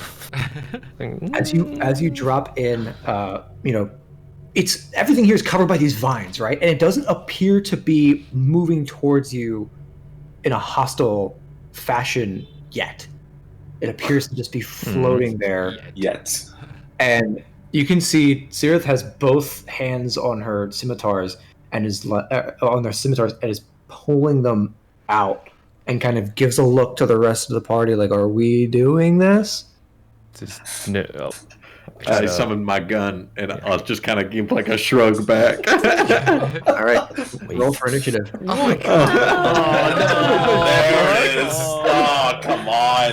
With a shrug. I was gonna. That's not an aggressive action. Oh no, I'm sorry. Is that not what you guys want to do? What do you guys want to do? You pulled out a gun. How is that pulled not an your aggressive gun. I action? summoned a gun. Okay. There's Oh, definitely sorry. a difference. It wasn't a sudden movement. It was whoop, and then I I'm was not aiming. I was totally backing away slowly, man. That's not making me threatening. You said roll for initiative, so I guess. All right, Yeah, we'll say roll.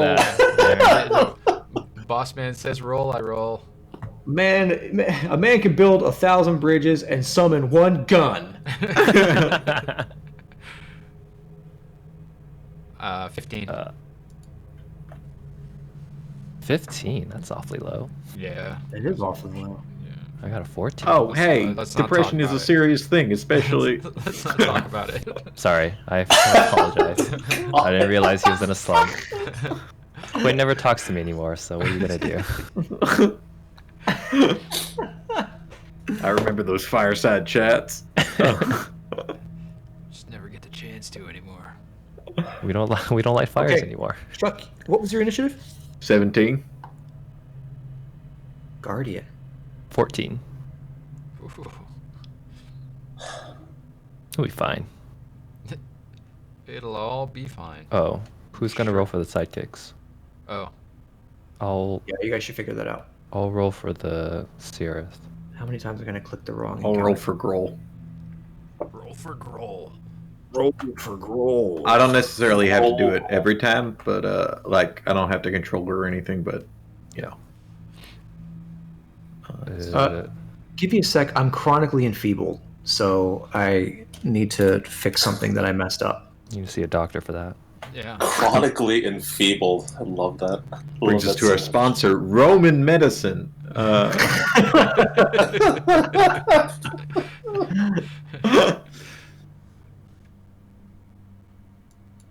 For whatever enfeebles you. So that was a 17 from Charles, right? Yep. And Guardian, what did you get? 14. And Quinn, that was a 15. And Evie, 9. 9. And Char, 7. Oof. oh, It just got lower and lower. Yep. I love how Chuck just kind of like shrugs and is like, okay. Oh, we're And- gonna. Okay. what did Sirith get? 19. 19. And what did Groll get? 8. That's fitting. It's still better than Char. Oh, sorry, 7. Still fitting. Hey, one of us.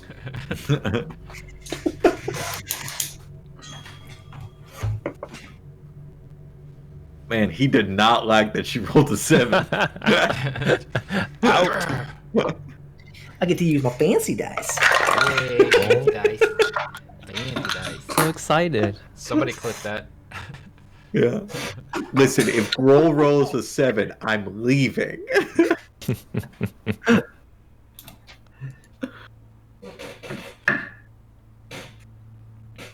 Okay. All right. Well, that means that at the very top is going to be Sirith, but let me go ahead and give you the. Let me put this here. Maybe we should take polls on what our sidekicks do. Polls for Groll. Yeah. Groll pull. Groll polls. Whoa, whoa, whoa. Groll poll. Marshmallow. Marshmallow. It's always going to be withdrawal. Groll pull with Groll. Okay. What the? Oh, that's interesting. What I also like is like it was effectively like Chuck shrugs at Sirith, and then Sirith goes like, "Got it." I understand these nonverbal communications. You'd think that you could establish some kind of rapport with your 36 eyes or something, you know, because it's got eyes and, you know. You're like, think hey, it's not really I color see colors, you. right? I literally see you. To be fair, they probably thought that one of the eyes like winked at him. Just one out of the 37? Well, that's why it gets complicated. I don't have full control off all these eyes. No, got it. Okay. Jesus. Do these eyes have eyelids or are they just eyeballs? Oh, God. They are unblinking. Oh. Oh man, so they're just Perfect. staring all the time. They're staying all the time. Very upsetting. Well, no, see, Yes. there's a mucus that covers the eyes, Oh, perfect. God. so you don't have to worry about blinking. Stepping in the Ew. water was gross and painful. Ew. Ow, my shit eyes! I didn't know they were down there. They were on your shins? I thought it was just all over your head. Yeah. Oh, I don't know. I assumed that I had eyes all on my body. Okay. No, they're just all over your head. To quote the legend Tupac, all eyes on me. Mhm. Yeah, okay. So Cirith is up first, by the way, as this like giant floating thing. It doesn't appear to. It appears to just be turning its eye to look at Cirith. What is Cirith doing? What would Cirith do, guys? Swing at him. All right. Okay. Roll the hit. They're right there. Ooh, yikes. Well, wait. 2 + 9 + 2? 2 + 9 + 2. Yeah, it's a 13. That hits. Oh, Roll not damage. bad. Hey, all right. That's 9 slashing. Okay. Second attack. No need. As you slash into it, the whole side of it rips, and then it detonates outward in a burst of spores and green gas. I need. Oh my god. You hate to Wow. see it. I hate you all. Chuck, who's over there in the corner, meanwhile everyone else is in front of this thing. Shit. Jeez, please. This is that- going really well. 20? Can't see. Looks like it's everybody. No. Oh god. I just have No. the image. What is that? I just have the image of the hotel in The Last of Us 2 in my head right now. Oh, the basement in the hotel. The Not even the basement, just the Okay. whole... So it hits. Oh. It does hit Quinn, Chuck, Groll, Cirith, Floofy, and Guardian are immune, and it hits Evie. Is this? I'm out.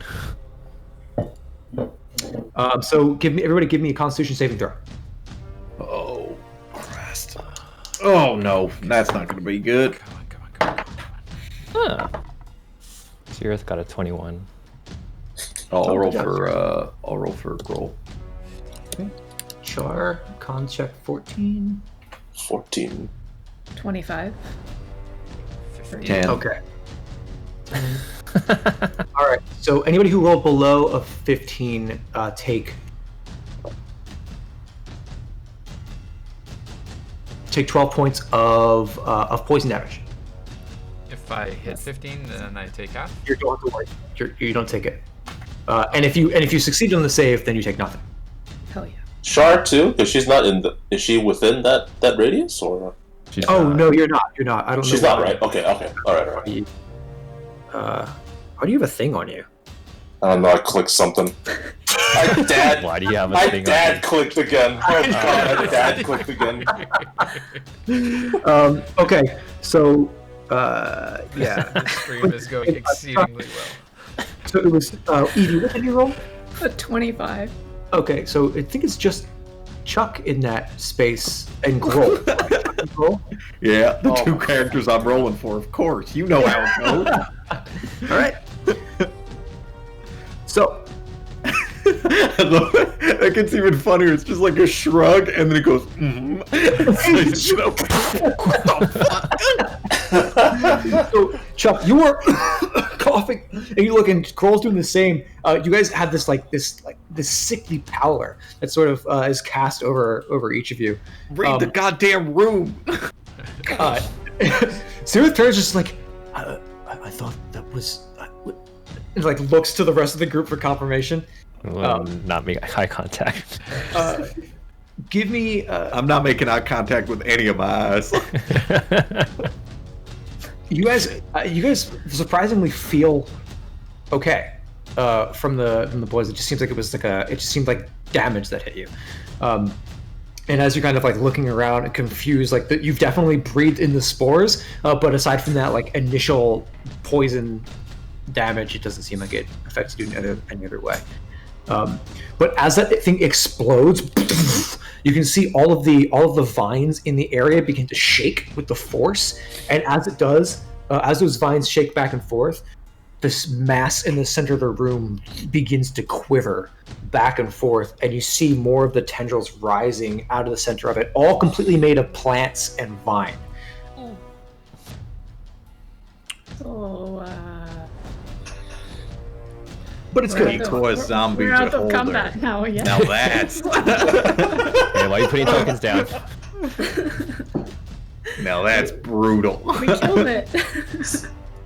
Sebastian, if you put Why in is the it getting grave bigger? mine in there, I'm not playing Halo with you anymore. If I put what? The grave mine in there, I'm not playing Halo with you anymore. I just thought about that. Oh, Yeah, no. it's basically, we're basically fighting a proto grave mine. Oh, Oh man. It appears entirely made of plant matter. Like it's rising to the bottom, like made of plant and like rotting like fungus and everything like that. It's just totally That makes it massive. So it's Right. friendly. So it's super friendly. try talking to it. Quinn? Try talking to him for sure. So that was Sirith's first attack. Sirith does have another attack, and they have their movement as well.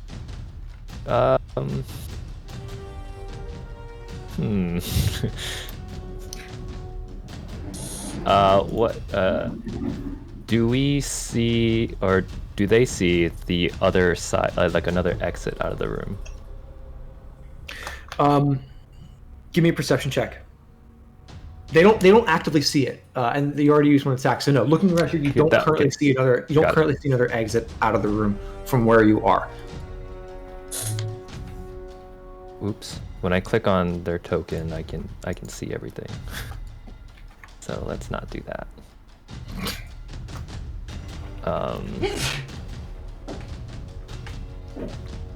I try not to be discouraged by like online playing, but boy, it is to test your fucking patience as a DM. Yep. Well, given the everything's gone. What happened? Holy shit! What was that? All right. I gave her vision. Did that ruin everything for you or what? No. Okay, we're good. I just have to click out. Everything's fine. She's seen too much. Yeah. It's just like I'm just resetting the fall. Hey, that's my All job. good. All good. Just saw the Matrix face of action. God. We're good. Just like Sirith looks up and it's just like is at a table with all these like eldritch beings sitting around rolling these giant dice, Dice rolling around. like horrific, like. And you'll the Men in Black. Sirius gets turned into a vegetable. She's done. Or they're done. They're out. Are you like? Did you just gift me Valheim in the middle of our stream? What? What the fuck? What are you doing? We're playing D&D, man. Hey, we're busy. This is fucking serious, dude. I can tell. Thank you. But also, all Oh my god. right. So Sirith has one more attack Yeah. if they choose to use it. Otherwise, we'll jump to Chuck. Given the debacle that just happened, I guess they're gonna hold out for now and just move around the room. Okay. So when they pass through that, I need you to make a dexterity saving throw. Oops. All right. Pass through what exactly? The water? Dexterity. The green tendril Barrier. that's hanging across the wall. Oh, gotcha. Okay, Plus cool. 2. Oh, that's what those are. Gotcha. Cool. Yikes. 5. Okay. They're currently grappled. Their speed is 0. Okay. As they get into space with that, they try to push through it and step around it. You can see are these tiny little cilia across the surface of it with little beads of like a liquid, like a sundew plant. And as you try to pass through it, they immediately begin to curl and wrap around. And you can see Sirith goes to run and sprint and vault over the top and is just grabbed around the chest and now has these tendrils around them and their speed is now 0. Excellent use of the word cilia, by the way. I don't want to just walk past that. It's not often that I get to say the word cilia. Yeah, that was excellent. Are they here or here? They would be here. Here. Okay, yeah, got it. Yeah, because they didn't quite get the movement done. Yeah. All right. Next. All right, Charles, you were up next. I hate this place already. Bonus action, Hexblade's Curse on the big fella in the middle. Okay. And then I'm gonna take my shots. Okay. Let me. Let me know. Okay. Let me know your damage types. Okay. It counts as magic, magical weapons, but it's gonna be. I honestly don't know. Against the cursed target, you gain a +4 bonus to damage rolls. It doesn't change the type of damage though. So it's gonna be piercing magical. I'm gonna still use the pepper box though. 227 to hit. Yeah. Oh, at 22. Sorry, I always do fucking sharpshooter. Are you cool with me not? If you want, I can count it not as that for this time. I just completely forgot to say it. You hit. Yeah, you hit with sharpshooter. But yeah, if you can declare it, because that. Yeah. I'll declare it on the next one as well. It's a -5 is 18. Hits. Okay, cool. It's my yeah hits. The first one does 27 points of damage. Okay. And then the second one does 26 points of damage. 26 points of damage. Okay. Good first turn. You're gonna go for your third shot, or is it all? Oh, you bonus action Hexblade Curse. Got it. Right. Yeah. Also, I think that the old version where we could do a bonus action for a third shot is the old version of Gunner, which since the actual Gunner feat came out, I don't have that ability anymore because we switched that over. Oh. Okay. Yeah. Just for balance. I mean, if you want to give it to me, I'll take it. But I mean, no, because actually you do get that ability with the buck stopper if you choose to attune to it. Right. So. Oh no, I don't because we'll talk about this later. It's a two-handed weapon, but it has a feature called Hair Trigger that allows you to make a third attack as a bonus action. Oh, awesome! Cool. Well, I'll tune to it at some point. You have to listen to it. For the rest of my character, I do. Okay, got it. Yeah, not interesting. All right, so that is your turn. It is going to use one of its villainous actions to strike out at you for having the audacity to attack it. Do you want me to roll the d6 for what's it called? Armor of Hexes? Yes. Alrighty.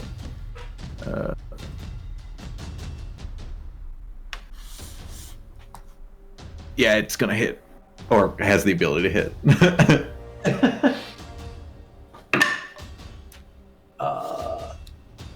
It's gonna be a 21 to hit. Yeah, that's gonna do it. Fuck, just roll it right here. Really? Max damage? Fuck you. That's gonna be 20 points of damage. Okay. And you are now grappled. As a tendril shoots across the room and just slams into the side of you, and as it does, it wraps around you twice. All right. Next up is going to be Quinn. All right. I'm going to maneuver back this way. Still got line of sight past this pillar. Is this a pillar or is this a mass in the water? It is a pillar. It is a pillar. Okay. I'm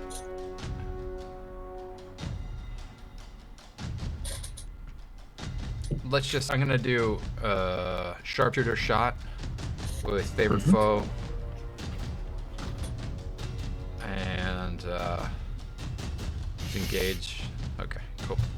So testing sharpshooter 21. Hits. Okay. So that's this, and this. Not that.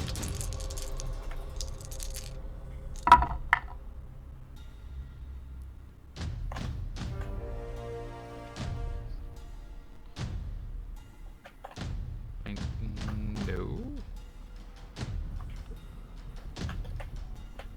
37 points of damage. Nicely done. The shots, they just disappear inside of the creature. Okay. You can hear so the that was one sharpshooter shot. I just wanted to see what kind of. Okay. So there's no What kind of visible AC? like no like I can't really see any like damage or anything. It's basically. Well, you can as the hour passes in, you can see it leaves a gaping wound from the magic of the bow, and you can see it doesn't appear to be hurting the creature. Okay. I need to mark that off.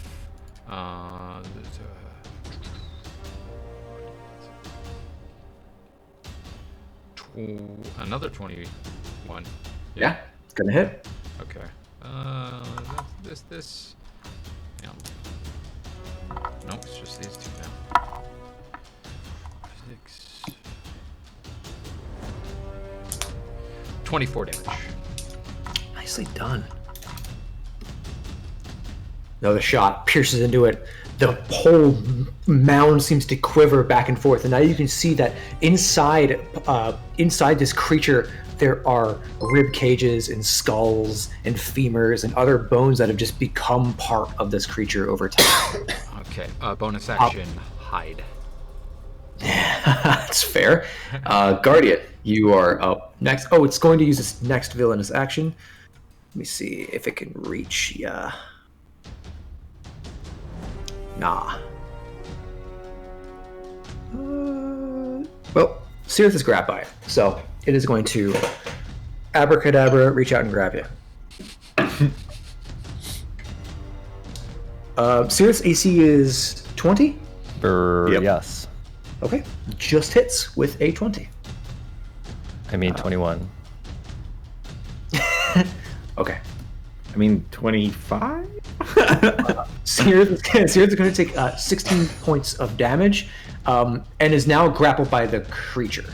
The grapple condition ends from the plant, and is now the creature is grabbing it. Yikes! Yikes! Yikes! That is its action. Guardian, it is your turn, or rather, it's villainous action. Bap. Bap. That? Nothing? Okay. Oh, that's just the that was just the detritus pile. Okay. So my Is it boots are- detritus? Detritus, yeah. Detritus? Detritus. Yeah. I only know because of audiobooks. Otherwise, I used to say detritus. Yeah, I thought. You know what messed me up for a long time was I'm losing the word now. I'll come back to it. It's on the tip of my tongue. Anyway, roll the hit. 25. Ambiguity. I thought it was ambiguity. 25. Yeah. It's gonna hit for sure. Oops. Oh, balls. 8 slashing and 2 radiant. Can I... So they're being grappled by vines and whatnot, right? Yes. Can I use a disarming attack to... Yes. Got it.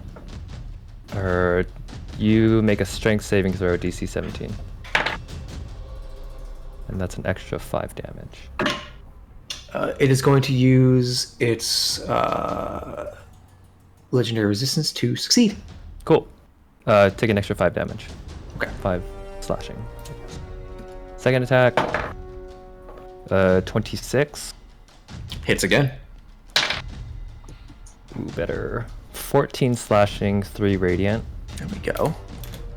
Uh, It just starts fucking cutting into the sides of this thing. There's like bones and like chunks of plant matter flying out of either side. 1 more disarming attack. Go ahead.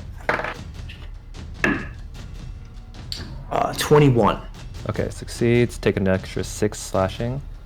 Jeez. And then third attack. Ooh. 15.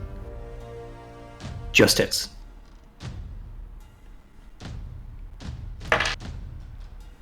9 slashing, 2 radiant.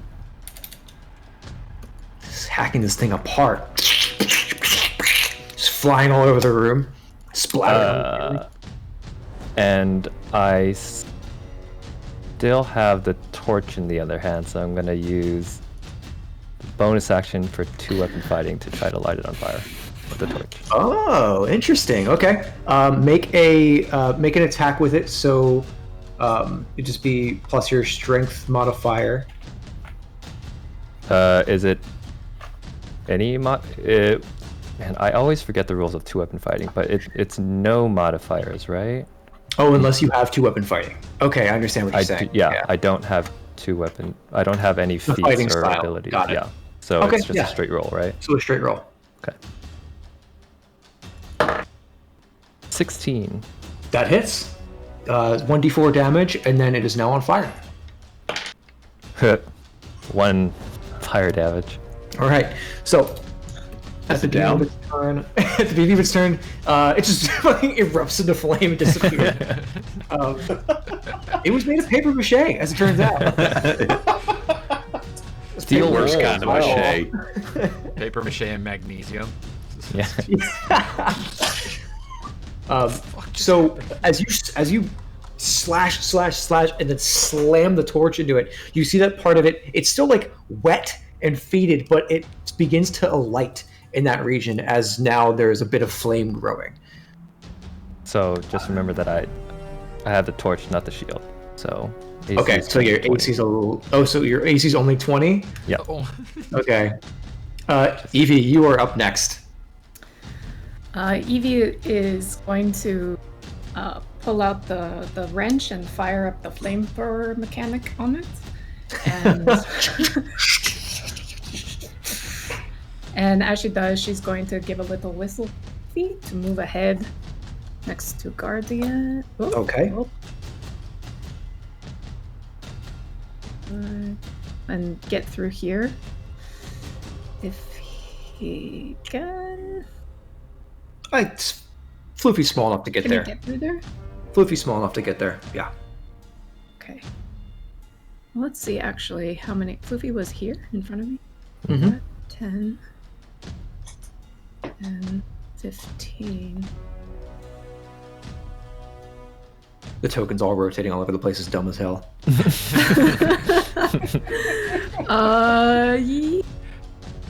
Give Guardian a little breathing room there. And she'll back up kind of here, and she'll fire off a firebolt. Okay. Let me check one thing. Okay. Oh, it's supposed to move from the center of the creature. Okay, you are going to take an attack of opportunity as you move out of that space. Deal. So, give me one second. Really? 30-foot reach. Has a 30-foot reach. Cool. As you guys have found out on the 2 previous turns that you got hit by it from 30 feet away. Does an 18 hit you? That's my AC, so I'll use my reaction to shield. Okay. So then, as you whistle for Floofy forward, you pull the flamethrower out, you turn and run, and as you do, you hear the sound of like a whip crack through the air. And as you turn, there is a tendril heading straight forward, and you just throw up this device and shields over you. As it slams into the shield, there's like a splat against the shield as you turn and run the next 5 feet. And I like all in the same motion. I'm kind of like hitting the button and firing off firebolt. Okay. 21 to hit. Okay. 21 is definitely gonna hit. Okay, it's going to do a grand total of 15 fire damage. Okay, so as you fire off that bolt, as it impacts into the side, you notice that as it impacts, there's like a blubbery sort of like boom, and the fire doesn't quite. And Guardian, when you lit it on fire, you did notice it did catch on fire, and when you shoot it, you notice it does catch on fire, but it doesn't seem to harm it quite as much as you think that it would, being plant matter. Okay, and then Floofy will attack. Okay. That is going to be... Where'd my dice go? What to hit? 21 to hit. He is going to do 9 force damage, and I will arcane jolt it as well. Okay. So it's 9 force damage and an extra. What was it to hit? I must have just missed that. 21. 21. Okay, yeah. And an extra 9 force damage and an extra 10. Nice. 19 points off Floofy? Yeah. Nice. You see here, you see Floofy bite down, and there's like a blast of arcane energy through the dog as it just like force rends through this creature, tears off a giant chunk of it. You see Floofy has like a giant cracked femur in his mouth. And I will check my bonus actions really quickly. To have him attack is your bonus action, isn't it? Nope. That's just... Oh, no, wait, you're right. Never mind. That's it. End turn. Char. Goodbye. You are up next. You see... Evie just hauls ass across the room. Luckily, Guardian still has the torch up, being like the literal torchbearer and allowing you guys to be able to see. You see like the silhouette of her figure sprint off into the darkness, and then this like lashing tendril try to reach out and grapple her. And as she pulls up that shield, it like splashes against the shield and blasts away. What are you doing? I'm gonna try to move. You said this was a pillar, right? That thing right in the round thing is a pillar. The green thing is a tendril. Okay, gotcha. All right, I'm gonna move. Oh shit! I can't click on. You still have the measuring tool selected. Yeah, I know. All right. I'll take care of the measuring tool. Okay. There you go. I'm gonna move over, I guess, there, and then take a scorching ray attack on the big thing in the middle. Awesome. So you load up the pistol. The rune around it spins and turns red, and then you just rolling. Oh, sorry, I rolled damage already. Not do that. 18. 18's gonna hit on the first one. Okay. I roll damage after, right? Or do I roll to hit for all three first? You roll for each beam. So okay. Roll for each beam, and then just roll that amount of damage dice that hit. Okay. Because it's 2d6. First one is 8. Right? Okay. Yes, 2d6 per beam, yeah. So the first one was 18, the next one is 16 to Both hit. Okay. And then the last one will be... look at that. Nat 20, 29. Hey! Nice. So remember that. So awesome. You're rolling 2, 4, 8 total currently. Okay, 2 for 8. Right? Because it's 2d6 for Scorching Ray? It is 2d6, yeah. Perfect. Okay, so you're rolling 8 total. Hell yeah. 11. 11 total? No, you're rolling them one at a time? Yeah, I'm rolling them one at a time. You can do, down in the corner, you can just do 8. How do you do that? Yeah, you can just do 8 8d6 at the bottom left corner. Just click on it. Look at that. Yeah. And then just do all 8, and then just add your modifier, and don't forget to add your enhanced arcane focus too, which adds, I think, some damage to the roll.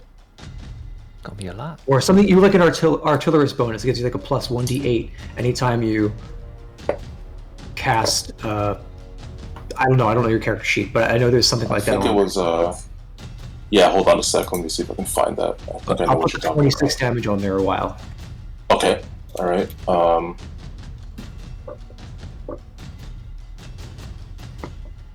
was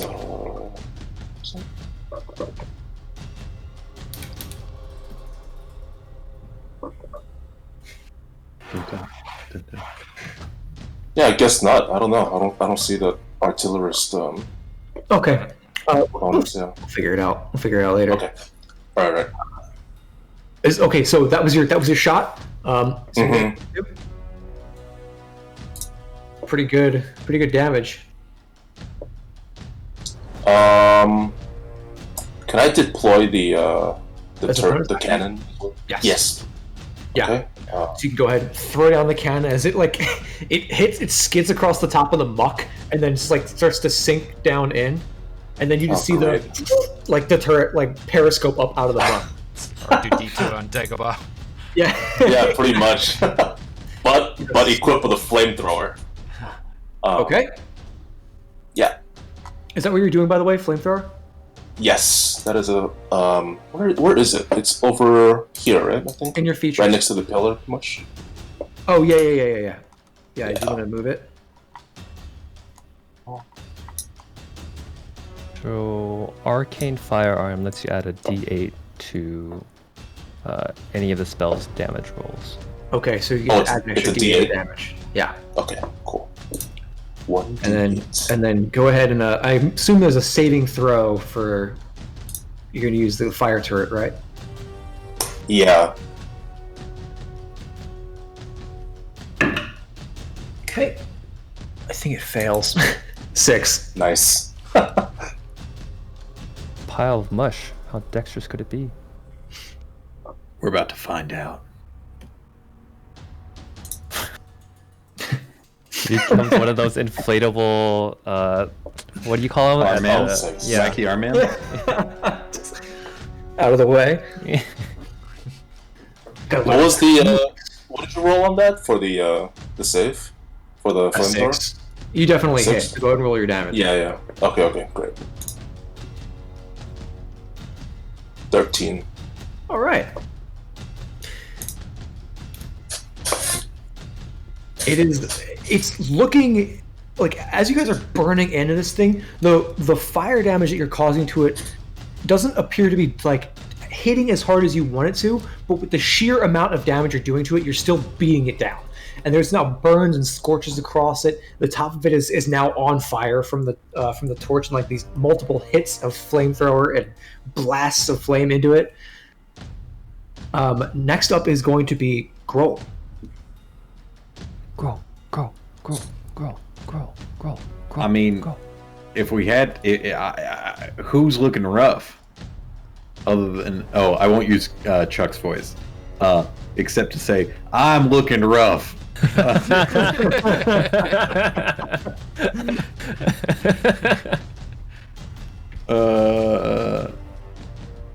Is there anybody else who's looking rough from Grohl's perspective? Zereth has taken a hit. There's that. But they're okay. Okay. Well, I don't know. Feels kind of weird to offer to heal my own character, but You can ask somebody else to do it for you. Here we are. Yeah, you can have somebody else roll for you if it helps. It makes you feel better. Oh, now I get why he started it. the real reason that I wanted to bring Grohl. Yeah, I mean, fuck it. Should probably do. They're together so often now. It's weird. Just nonstop hanging out. Yeah, I mean, she'd probably run up and do a little touch. They're right next to each other anyway, so. Perfect. And she is looking at you, weirdly enough. Directly at me. She's just waiting for it. She knows what she has to do. It's so weird. That look. Who gets hurt the most? Is there a way to like figure out how many, like, are we doing a slot tracker? How are we working that? A slot track. I mean, Yeah, I've been for keeping spell track. She's Okay, only used awesome. one spell in her 6th level spell. Highest one we've used immediately. Yeah, right. All right, this is an evocation spell, so she has the empowered spells feat. Can I have the spell casting? Okay, awesome. Which I think cast it at second level is probably the best way to do this bad boy. So I'm gonna do 2d8. What is this, cure wounds? Yeah. Okay.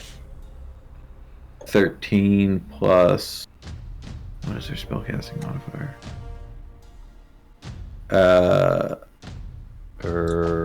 Plus 9, or is that spell attacks? I don't know how to read this. I think it's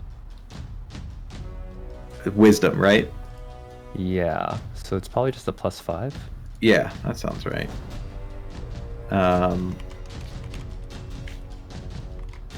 Oh, it's already plus your spellcasting ability modifier. So that plus it twice. Is that what? Plus twice. Yeah, because Empowered cure wounds is 1d8 plus your spellcasting ability modifier, and then she has empowered spells. So whenever the spellcaster casts a spell, the evocation school by expending spell slot, spellcaster can add its spell casting ability modifier to the spell's damage roll or healing roll, if any. You added to the healing roll, so it's So going it'd to be twice. Yeah. Yeah, Plus so it's a plus 10. Cool. Nice. Well, I'm feeling much better. And if that's not right, oh well. Fuck it. All right, is that Grohl's turn? Yeah, I guess you can't do any bonus actions, right? All right. Who's currently you in the head with her quarterstaff. Bonk. Should get advantage if it's. All right. So this creature in the center now, these tendrils are like wildly waving around the top of it. There are some that have grappled a few of you. I think Chuck and Searith are both grabbed. Is that correct? Correct. It is going to reel both of you in. Nope. 30 feet, which brings you. Very, very close. Thanks for the heal. It's just like a cane in an old vaudeville thing. Well, I'm out of here. Shit! I feel much better. So you guys see I hate that pinata. fly through the air, and as they get closer to the creature, you see just a gaping maw open on separate sides of the creature as they both disappear inside. Oh no! You are. Is it technically an attack? Or is it like an effect? It's an effect. Okay. Cool. It is reeling you in now. No worries. Yeah. We're already being grappled. Yeah. That's how it goes sometimes. So you are Start to grappled, finish. Perfectly blinded, planned. and restrained. Additionally, you cannot breathe while you're in this space. I didn't need to, so whatever. So you have your Constitution modifier in turns before you lose consciousness. Okay. So that is the real ability, and now it's going to lash out with two tendrils. It is going to attempt to grab. You're pretty close, but you're also inedible. It doesn't Try know me. that. It doesn't know that. So Inedible. it doesn't know that, so it's going to try anyway. Inedible guardian.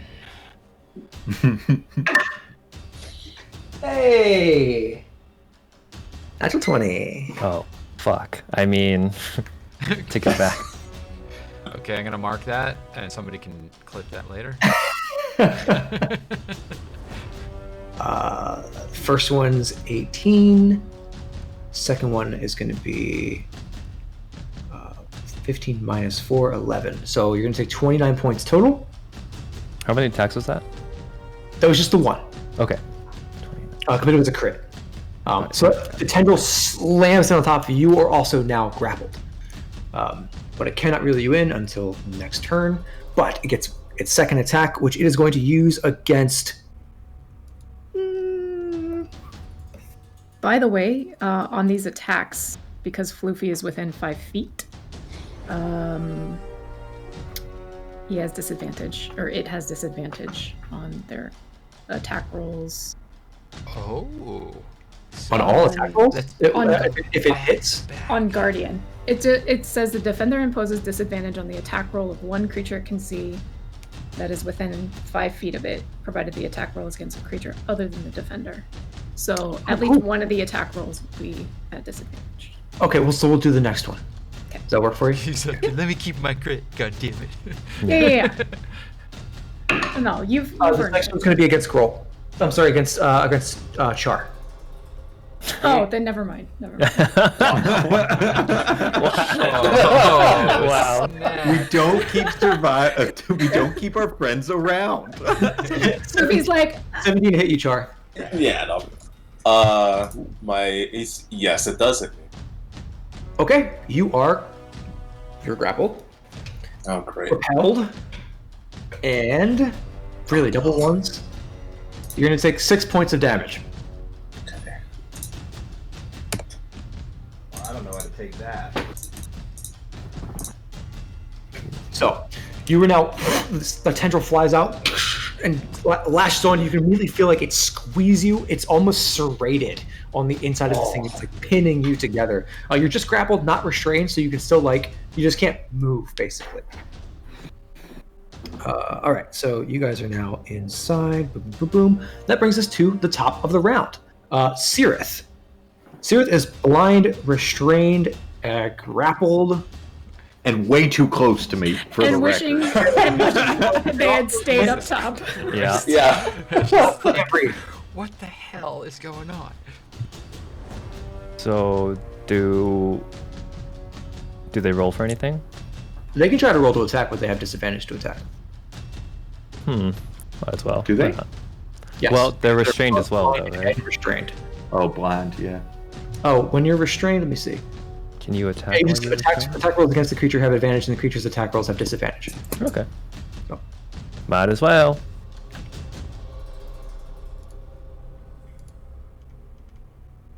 Ooh, not bad. 19. Yeah, with disadvantage. Yep. Nice. Rolled a 17 and an 18. That's 12 slashing for the first hit. Nicely done. Ooh. Wait a minute. I've been doing this completely wrong. Yeah, that's still gonna hit. That's 9 plus 9 plus 2. It's 21. Yeah. Well, 20.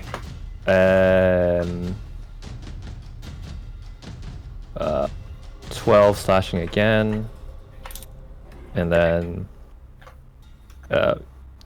you said they can make a bonus action for a third attack. Yes. Yeah. Yes. Okay.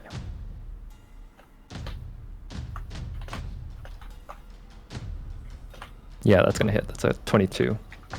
Damn, Cirith. All right, you're good. Go ahead and roll the damage. 11 slashing. Fuck. You guys, I can actually see the scimitars like slashing through the like coming through this mound of a creature and cutting through and then going back in and slashing out and cutting through and going back in. It's Good dicing job. from the inside. The creature is going to. Yeah.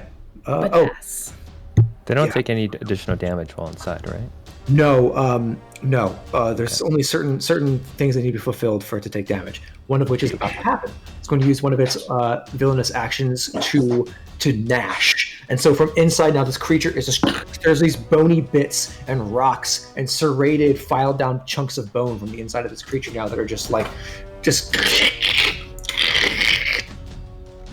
going to have. It has advantage on this because you guys are inside and blind. Honestly, I'm so not regretting taking that heal from Grohl.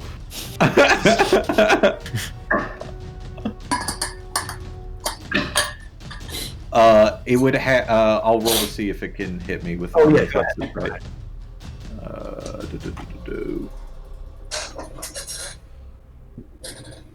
God, I love that little thing.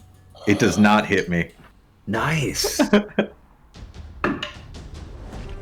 With armor of hexes, there's a 50% chance that anything that I cast that on just won't hit. Nice. It's nuts. So as that, it's just like gnashing from all around you guys. You and Sirith are back to back inside of this thing, and you're doing your best to just like you have like the gun wedged in between the sides of this thing as it's trying to crush it on top of you, and they have their back to you too, and they're just like hacking and slashing with these scimitars. You both are inside like this inner cavity of this creature, but you guys stave off the damage. Next up is going to be Chuck. I'm going to say plug your ears, and then I'm just going to take shots. Okay. You are blind. Right. With disadvantage. Yep. Don't you have devil's sight? I'm still going to... Does that negate? He's blind though. It doesn't. I don't Okay. think it negates being blind. Okay. Unless it says you cannot be blinded. I don't know. It's let me see what it says. I don't know. So you can see through magical darkness, and you can see in the dark as if it were daytime, but I don't think it gives you immunity to blindness. Yeah, I think you're right. Okay. You know what? I'm still a bit of a rebel. I'm still gonna do sharpshooter. Oh my okay. goodness.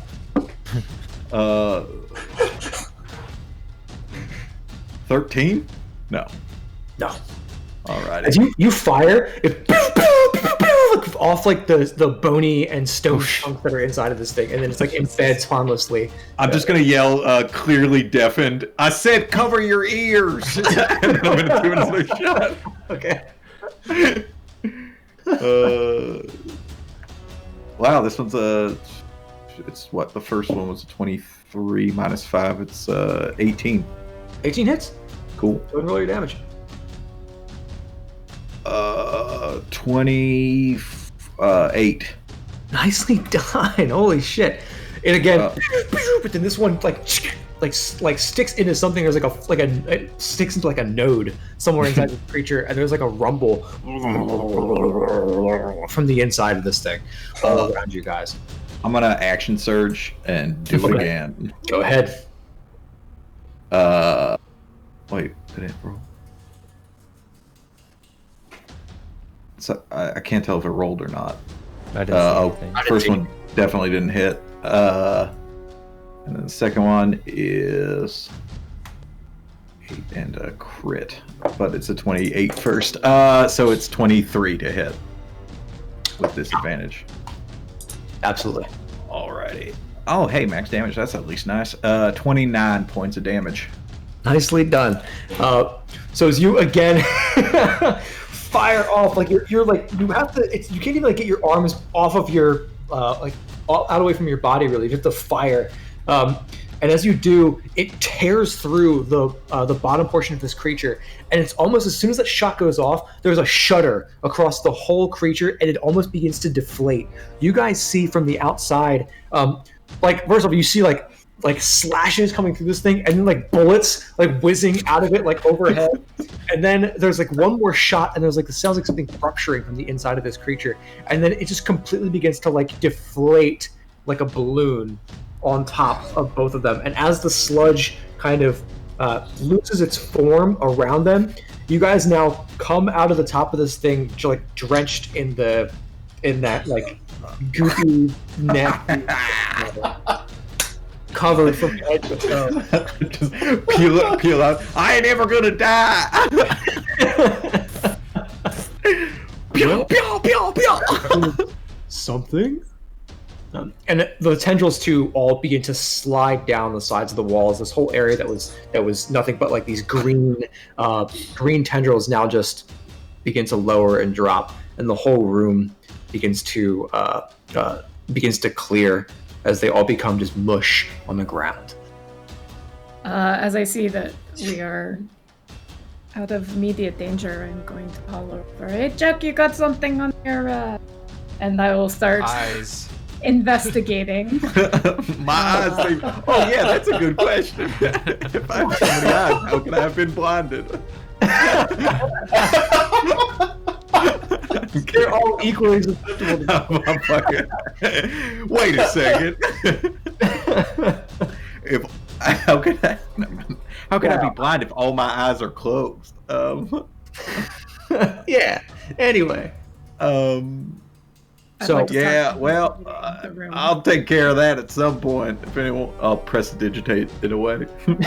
you like prestidigitation away all the goop as Yeah. as Evie's digging around. How And about we I'll start back whistle up? for Floofy.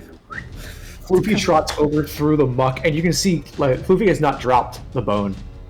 This like big twisted femur. It looks like it maybe came from like an orc. It's huge. Who's a good boy? And with you, we'll pick up with your investigation check when we get back from our little 15-minute break, where we all get maybe a little more caffeine and a little grub, and then we'll dig into the second part of this disgusting plant-based dungeon crawl. So we'll see you guys in about 15. Whew.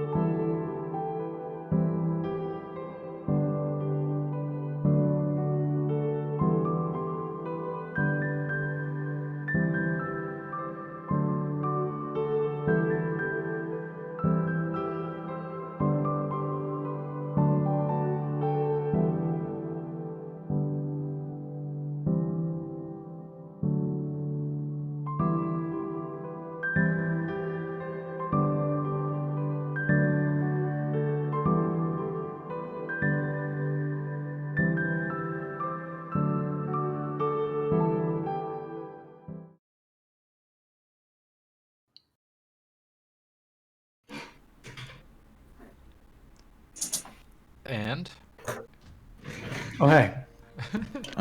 Hey, everybody. Didn't see you there. Oh, hi. I didn't see you there. I'm going to start DMing from like a bearskin rug fireplace. We go. All right. So we're caffeinated. We got the I food. think our subscriber rate might go up. Or down. So you guys just destroyed that disgusting mound of whatever the hell that was. But before we jump back in, I think Dan, you have our sponsor for the week. Yeah. So do you have health issues but a deep love of bands for the early 2000s, or do you just feel like medicine needs to be cooler? Well, we got alt rock, alt medicine. So Weezer's for those of you with asthma. Nickelback's Artificial Back for those of you with scoliosis, and some Red Hot Chili Peppers if you got bad vision like myself. So just use the code DND&D at checkout and get 10% off and a free pair of Red Hot Chili Peppers. Nice. Are they actually? Are they dipped in capsaicin? I'm told they're incredibly painful to wear. Yeah. Okay. Yeah. And it is a complete ocular replacement. These people, yeah, they are the peepers themselves. Guys, I've never had a bad experience with discount medical, so I just want to highly recommend. And legally, they can't take insurance, so it's good that they're passing on these discounts. It's really, really important to use these kinds of discount codes and figure out a way in. Well, so we have universal health care. Right. This is a good. It's crazy to me that like, even without the discount, it's still cheaper than like a traditional medical experience. It's still cheaper than if you paid for peppers. Yeah. I don't know how they like they can do that and still be board certified. It's incredible. Oh, they're not board certified. Yeah. Oh, that explains everything. Right. Yeah. Those are What my if that favorite doesn't kind of matter to doctors, you? Actually, It's fine. Yeah. Anyway, so just use the discount at checkout, and thanks. And do remember when you visit them, the safe word is marshmallow. Right. D&D? Let's play some D&D. Let's play some D&D. So you just got finished with that giant mound in the center of the room as it bye Autumn. Wow. Well, fine. If he's leaving, I'm leaving too. He said We're all marshmallow. leaving. Guys, he said marshmallow. That in the center of the room, that mound has basically become just a complete like a mossy carpet. Evie, go ahead and give me your investigation check. That's a natural 20 plus Damn. 12 for 32. So, digging, you have to. I find everything. It takes you like 5 or 6 minutes as you're like pouring through this mess, and you almost set it aside as like as just another piece of trash that got stuck into this thing, and you notice a glimmer out of the corner of your eye, and as you pick it up, you realize it is an ancient piece of mildew-covered paper that has somehow survived the interior. Has a bit of a shimmer to it, and as you look at it, is a singular rune burned into the center of the paper. Do I recognize this rune from any of my reading and knowledge gathering in my lifetime? You can make an Arcana check on this.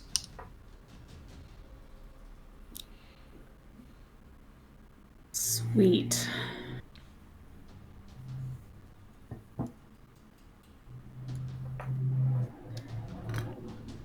Okay. 19.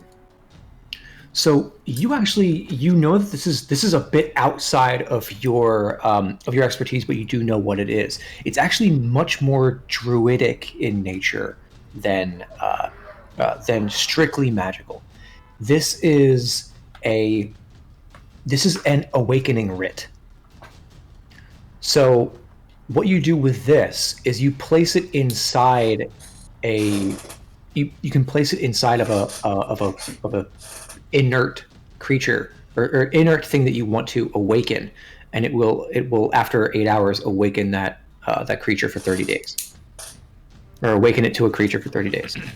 And depending upon what it is, determines the statistics of the creature.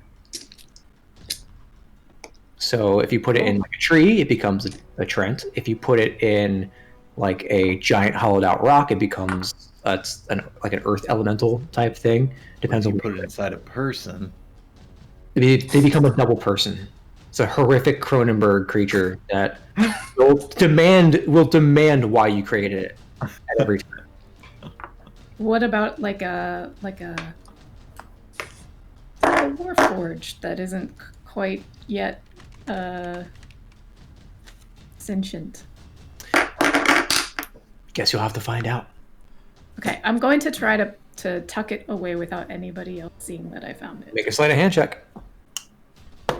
As a point of order, Sebastian, music. I just noticed that I'm turning it on now. It's ambient, so it's gonna be a little low. 18.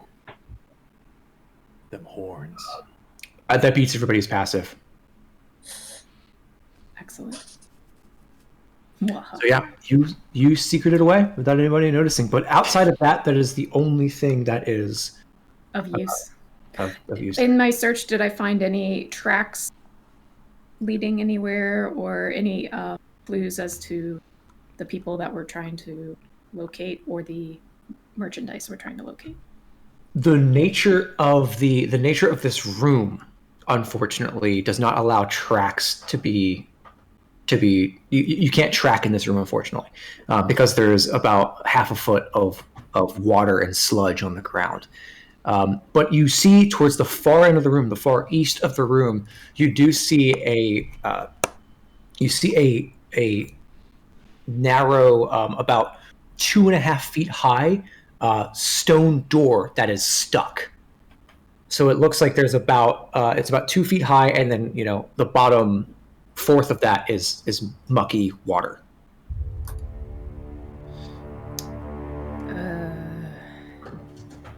Well, Gatian, would you like to do the honors and maybe help us get going beyond this room of terror? Okay. Head towards the direction she pointed to. Okay. So at the far end of the room, and we can we don't have to use the battle mat for this part necessarily. The stone door is completely overgrown by these long tendrils. Not the ones that are like not the ones from the creature, but the roots that you guys had seen before. They sort of grow around the outside of this room and give it a much more organic, rounded form as it grows into the corners of the room, and it grows around this door. Give me a strength check. Before that, if I hold food kicking the fucking flies behind me. What are you doing, dude? Children, please. Let me just raise the. You're unruly fur babies. I get totally blown out from all the additional light. I'm about to get myself here. Don't lie, you're actually that white. It's just looking at you is like looking at the sun all the time. Because my future's so bright, yeah. Before that, if I hold the torch up to the vines, do they react at all? Yeah, they burn away. They begin to burn, and then they and try to pull away. Got it. Okay, as if so they're they do alive. move. Okay. I rolled a 23 for. That is enough. Strength. As you get underneath of it, and you lift and push up, it grinds as years of soot and dirt in the creases of this thing pour out into the sludge below. As you raise the door, you set it back into its mount in the ceiling and is now open.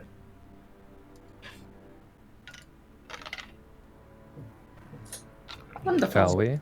Through that doorway, there's almost an immediate turn that then heads north. This area goes up a few steps, but the sludge persists. There's still a thin like sludgy wastewater that you guys have to slosh through. And as you turn that corner and begin to look to the north, you can see far ahead of you in a haze of green, of green and tiny little floating neon green motes. You can see distantly what appears to be opening up into a almost like, your first thought is it's a coliseum. But the longer you're in this grand open room, you're realizing it's some kind of council chamber, or was a council chamber a millennia ago. It's rounded with columns on the outer edges of it that rise high into the ceiling. That's become overgrown with twisting vines that sort of hang down from the ceiling. The bottom of the floor is also covered in these twisting vines, intermingled with mushrooms and some rocks that appear to have fallen from the ceiling. Is this humanoid scale or Urgatai scale? What a great observation. It appears to be humanoid scale currently. In fact, give me a history check. Oh boy. Ask the hard questions, get the hard rolls. 13. 13. This, you're not quite sure. You're not quite sure of the architecture here. It looks curious. It's not architecture you're necessarily familiar with, but you feel like you may have seen it before. Okay. You feel like you've encountered it on your trails before. This isn't like the temples that rose from the sand randomly? Yes, it is. It is sort of like those temples. It is also a bit like Stargrisel. Okay. Okay. Chuck, does this feel like remember that dragon egg thing that we went through? Remember that way back when we went into those temples that were just coming up out of the sand? And you jumped into that portal at the end with the dragon egg? I'd be surprised if you forgot it. I get this real distant look in my eyes when you say that. 36 of them. Yeah. All 36 pupils dilate. Yeah, I remember that place. Now, the Gith didn't make those temples, did they? Do you remember? They didn't, right? No. I don't think so.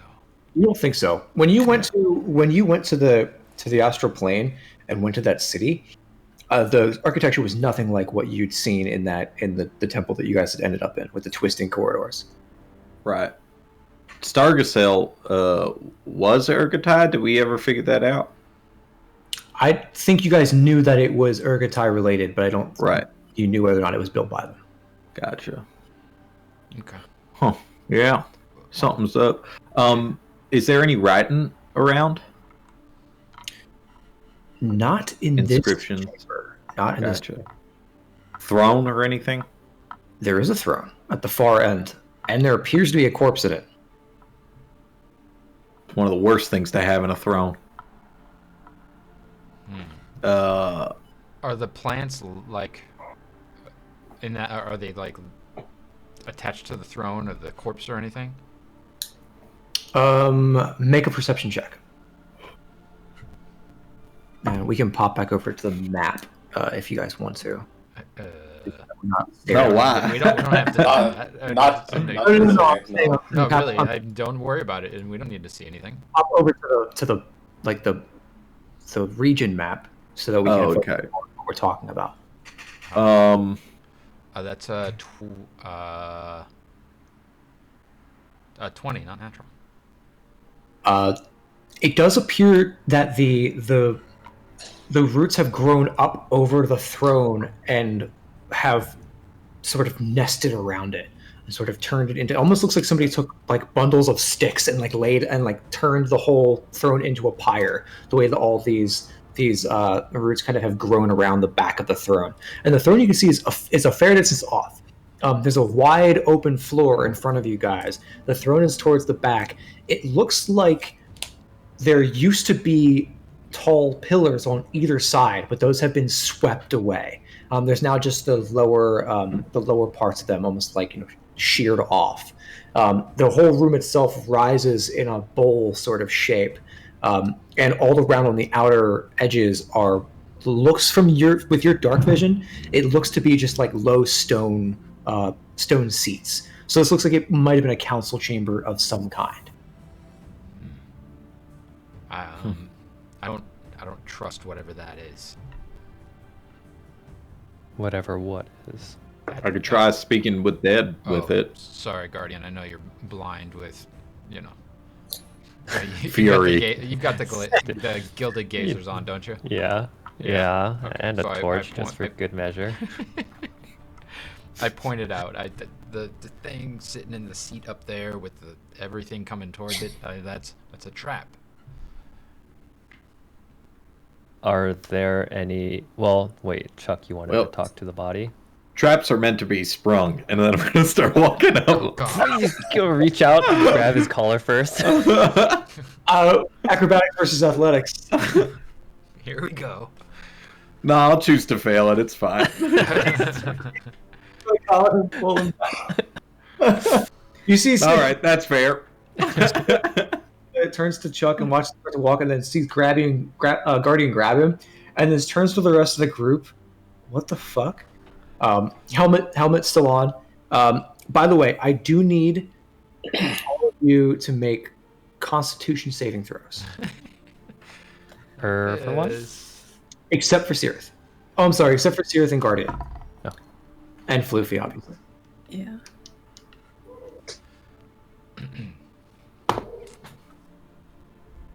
I nailed it. That's a 5. That's 3. 11. 16. 16. Nice. Char. 22. 22. Roll for Groll. Okay. Roll for Groll. Rolls for Groll. Groll gets a 17. Nice. Okay, I have to check one thing from earlier. As you check, I'm gonna turn to Shar and say, how long did that detect magic thingy last? Is it do you still have that 10 sensor minutes, right? going? It's about 10 minutes. I'm not sensing anything. How long has it been since it's been up? About 30 seconds of battle. Mhm. Just wondering if you were pinging a little stronger now that we are down here. Hey, can you do me a favor? Chuck, can you roll me a d12 and add your Constitution score to it? This is how Actually, you know what? Before I find out the results of that initial Constitution save, I'm gonna go ahead and use my inspiration. Okay. Thank the Lord. 21. 21. Okay. Yeah. I still do need you to roll a d12. That's fine. Sucker. What if Nice it's just try. good benefits? Yeah, it's It's- just it's extra just HP.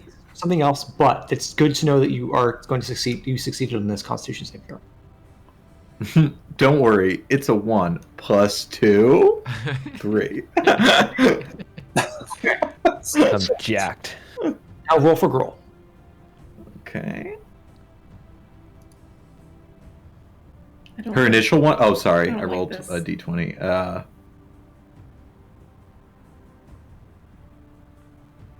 7 plus 0. 7.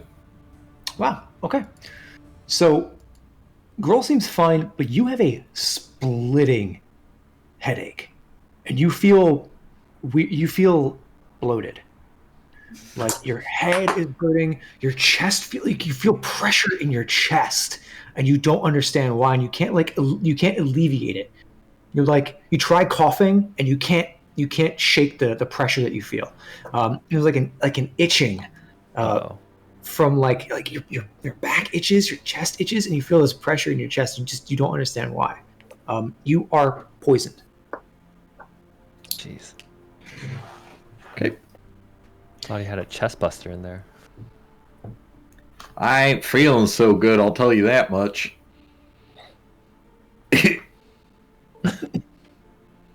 I know a really good place called Alt Medicine. Someone can make a nature check to figure out a nature or medicine check. I'll do that. Someone help him. My chest really hurts. Girl, Not in shoot, like right? an emotional, my heart hurts sort of way. Like in a, I'm physically injured sort of way. That's a 22. 22. The symptoms that he's describing, you have personally never come in contact with.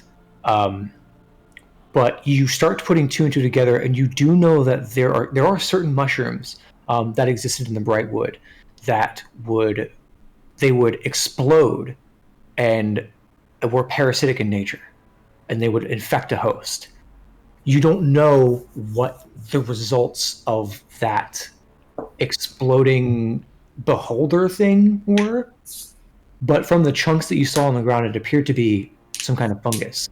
And you're beginning to put two and two together that the people who were affected by that, they may be host to something. Can I... Yep. Is there any way for me to craft an antidote with my skill set? Are you proficient with an herbalist kit? Yes. Then yes, but you'll just have to go back and pull some samples from that creature. So you head back and pull some samples. Yeah. As you pull that in, you're looking at these. You're looking at the chunks of what was left, right? And it's so odd. The eye in the center of this creature was so realistic, but it wasn't really an eye. It was made to look that way. It was as if it wanted you to think that it was a beholder, so that you would attack it, and then inhale its spores. Yeah, And you're I don't thinking know anybody that would attack something that wasn't attacking them. So. And as you're looking at this, you're thinking you're looking at the inner part of this. There's bits of bone in it. It's like it looks like it grew out of a creature. Well, You start to think, oh shit, anybody who was infected by that is likely harboring something like this. okay. I want to collect as much as I can to make as many of these antidotes as I can. Okay. Give me a survival check. Come on, baby. Please. You gotta wonder how many eyes the beholder that my corpse will turn into will have. For every 5, so 5, 10, 15 is one that you can craft. 25, actually. I was All right, 5, 10, 15, almost on 20, that 25. So you can craft 5 okay. from what you have. Okay. So do I craft 5 or do I have to roll to craft them? What's the deal? Oh, I'm sorry. Yeah, duh. You do have to roll with your medicine kit. The DC is 15. Okay. So that's I think your wisdom. I'm gonna go back to the group real quick. I'm gonna say, okay, look, Chuck, I think I know what's happening. I explain everything to him. Is anybody proficient with herbalism at all? Can anybody help me with this? Is Grohl? Grohl is not. No, I don't but I can if you mess up, I can try and help you a little bit. Gruul Okay. can guide. Okay. If you mess up, don't take offense. It could I'm- happen. It probably will. That's Given so touchy, man. Jeez. So sensitive. Gruul, at this point, you notice her eyes are a bit bloodshot. She's got a bit of a dry cough. And as you guys look at Chuck, it does not look good. His skin is turning green. His eyes are bloodshot and red. Your cough is worse, and as you cough, spores begin to like. Okay, so I'm gonna. So do I have to roll for each one? It takes you 10 minutes per, Yeah. and so you have to roll for each one, and the DC is 15. Okay. While he's doing that, can Gruul attempt either a lesser restoration or greater restoration on... You can attempt one of those for sure. Which one do you want to attempt? Well, let me read the spell just to make sure that I understand it. Step on the keyboard, handsome. Get out of here. Well, is this condition a disease? You don't know. Want to make a nature check or a medicine check? Roll will. Is this a medicine that I'm rolling? No, you're rolling. It's your wisdom Okay. plus your proficiency bonus. Okay. Thank you. Just coughing up a lung. Rolled a 13 on a medicine check. Gruul did? Yep. Gruul's not totally sure what this is. Okay, so no. I Gruul has had an. I had 3 successes and 2 failures. Okay. So 30 minutes go Wait, by. did you need help with that, or you? Too You late now, said you if rolled. Well, because I can use my reaction to give you +4 on a ability check, I believe. Flaccid genius. Yeah, I can give you +4 if you need it. But you have to tell me if you need it.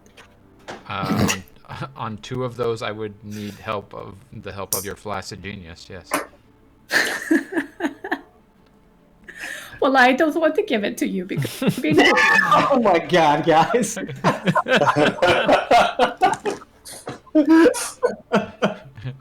Nobody outflaccid the genius. Okay, that's fine. Then She just wanted to know that she needed, right. you she's needed her. lording her flaccid genius over me. Just waving it around. Flopping around. Thank you. There you go. all right, So, I'll give you both. Do you want to use lesser restoration or Would restoration? +4 help? Yeah, You plus succeed 4 on would get those? me to just like 15 on one of them, and then 16 on the other one, actually. So that would Okay. be perfect. 2 more. So you'd There have you 5 go. success. There you So go. that would just take you. It takes you 50 minutes because it's 10 per. So if you guys want to take a short rest here, you can. Okay. Sure. Sure. Okay. Of course. You guys Um, just keep in mind yeah. you are 4 inches of like brackish, disgusting water. Yeah. As you move it into this chamber, it is drier. The stairs up are drier, and you can see now like this room has the same like sort of humidity to it and stench, but not the same sort of like oppressive humidity that the earlier chamber did. So as I'm finishing them up, the first one I hand to Chuck, of course. Chuck, Alright, you're Chuck. gonna need this, buddy. Take The this. time the That's first one you likely. make, right? Yeah, the first one. said The the- first 10 minutes. Yeah. So in the first 10 minutes,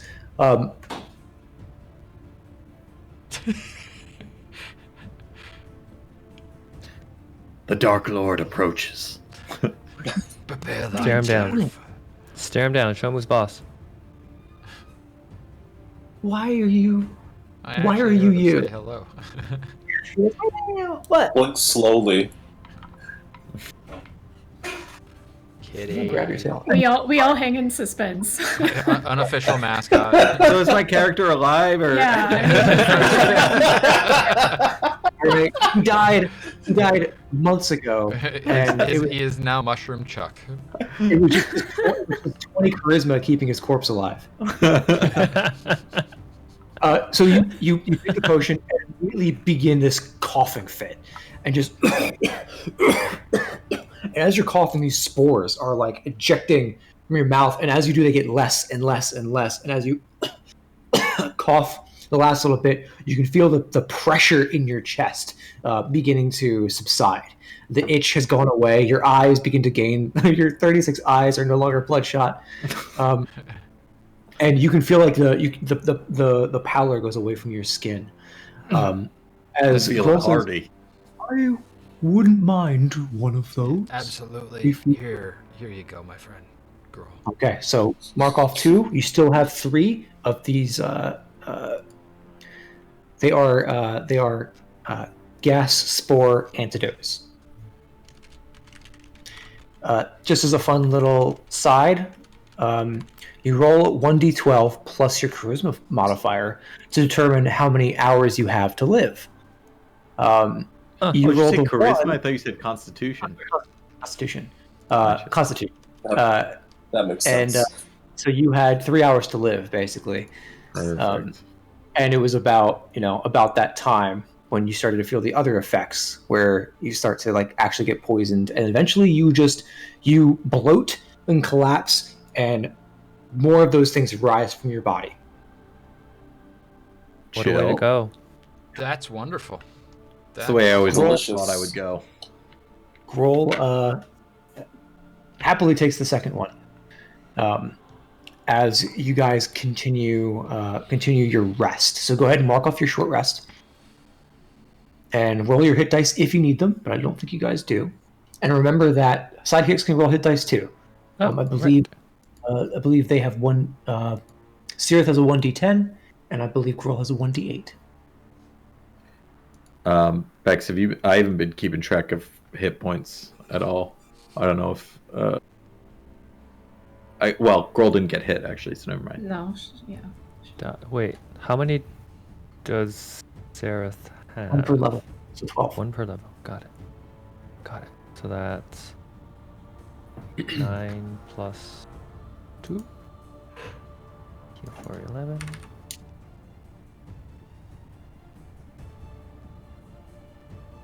There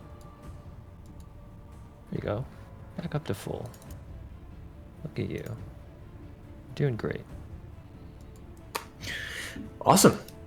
So you guys now camp in the earliest part of this chamber. It is still pitch black in here, as you guys, I assume, set just a little bit of a fire, and sit around the exterior of it. You can hear the sounds of further in. You can hear the sounds of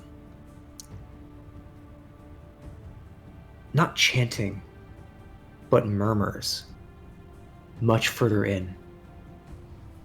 They sort of, as there's a hot wind that pushes through this part of the cavern past the throne that like whistles through the roots that have overgrown it, you can hear a bit of a like just a bit of a murmuring that's coming on the wind. Let me see. I forgot to keep track of this, so I apologize. Who failed the initial Constitution saving throw? Who failed the Constitution saving throw upon coming into the room? It was Chuck had failed. No, you succeeded. I failed. You had failed. And one other person had failed it, I thought. Grohl succeeded. She got a 18. No, Char rolled like a 22, I think. Yeah. Evie, did you fail it? You rolled a 16. Yeah. Okay. Quinn, you hear the voices loud and clear. You hear them say, "Rise for the reaping. Grow ever deeper. They will come again." Chanting over and over again. But you hear it in your head. You guys, do you hear voices? Was it Cirith that failed? They don't. Cirith roll. failed the first one is with the beholder. Yeah, I'm pretty sure it was just Chuck and I. Oh, and then Chuck succeeded. Okay. Right, because he cheated. I mean, used his inspiration. I mean, I got inspiration because I made a really funny joke, if I'm remembering correctly. So just be funnier. I don't know. I keep getting inspiration. I don't know why. I make jokes, and he's like, "You feel uninspired." So Your hit point maximum was reduced by 1d12. why this keeps happening to me? So Cirith failed against the beholder. Is that correct? Yes. So then she needs one. Aren't they wearing a mask? I thought like they don't. Oh, they roll didn't for have to those. roll Yeah. for it because they're wearing a mask. I think it was just Chuck and Quinn, and then Oh. the Chuck thing. Okay, fair enough. So Quinn, you're the only one hearing it. But we hear like You faint hear murmuring, faint murmuring. right? Yeah. It does not even sound like speech to you. It sounds like mumbling. But Quinn, however, he hears loud as day, loud as anything. So Uncanny Pally, thank you for that strength redemption. We're just gonna, you know, Let's get a quick one in there. get a I don't nice even know that was stretch a in. Been thing. sitting a while. Alright. Our wonderful friends keeping us healthy. Appreciate Yeah. that. Honestly, I could really use the stretch. My chair has a built-in little lumbar massager. It's pretty great. That's Mine not does bad. not. Okay. I should get one like that. As Quinn, I ask if anybody else hears that shit. You guys hear voices Quinn. chanting? Am I? What do you What? hear exactly? Because I hear like little. Does grow deeper, rise? You don't hear that? Sorry, what? rise for the reaping, grow ever deeper. They will come again. Rise for the deeper. Okay.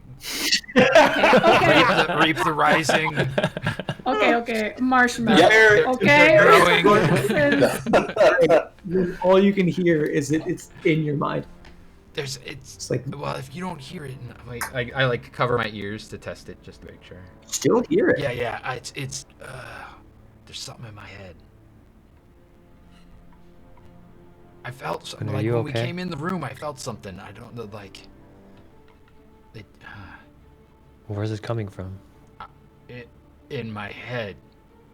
That explains it. I I'm don't gonna know. go look in his ear. Make a perception check. I feel nothing in there, as far as I can see. Ooh. Literally.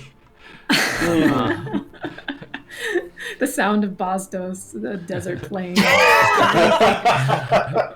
Anything in there? Anything in there? Weed. Tumble. It's like listening to a conch shell or something. Yeah. View the ocean. Okay. Quinn, listen. Try to concentrate on anything else if you can, and push those thoughts, those voices out of your brain if you can. Just resist. No, it's not working. Okay, so we should leave something quickly because Yeah, I'm not You're getting good vibe. If it's just in your head, do you not hear where it's coming from? Any direction? Can I take a couple of steps closer to the plinth or whatever that thing is? The chair. chair pyre. Fire chair. Yeah. So here's the basic layout of what you're looking at as you get further into the room. Your sight allows you to see into the stands, but then it drops off into gray darkness on all sides. It seems like the size of the room exceeds your dark vision by probably around 30 or so feet. As you get to the center of the room is big enough that the walls begin to kind of fade off into darkness around you, and you feel very isolated out in the center of this room covered in roots. There's almost like a master sword style pedestal in the center of the room with what looks like a tall scepter that's plugged into it, and about 50 feet away from that is the throne with a humanoid figure that's completely desiccated and wound through with roots. The throne itself is. Let's see. You guys can only really see this little area here, but I'll still kind of just draw it here. The throne itself is kind of in this shape. It's fairly big. Oh boy. You should Like- do this for a living. Big for a person or big for a big person? It's big for it's pretty big for a person. Okay. It seems like the throne itself could fit a creature a good size larger than it. And nestled in the center of it, right here, is this humanoid who's sort of slumped back into it. Their mouth kind of open, the eye sockets totally empty, and long white hair that kind of comes down in front.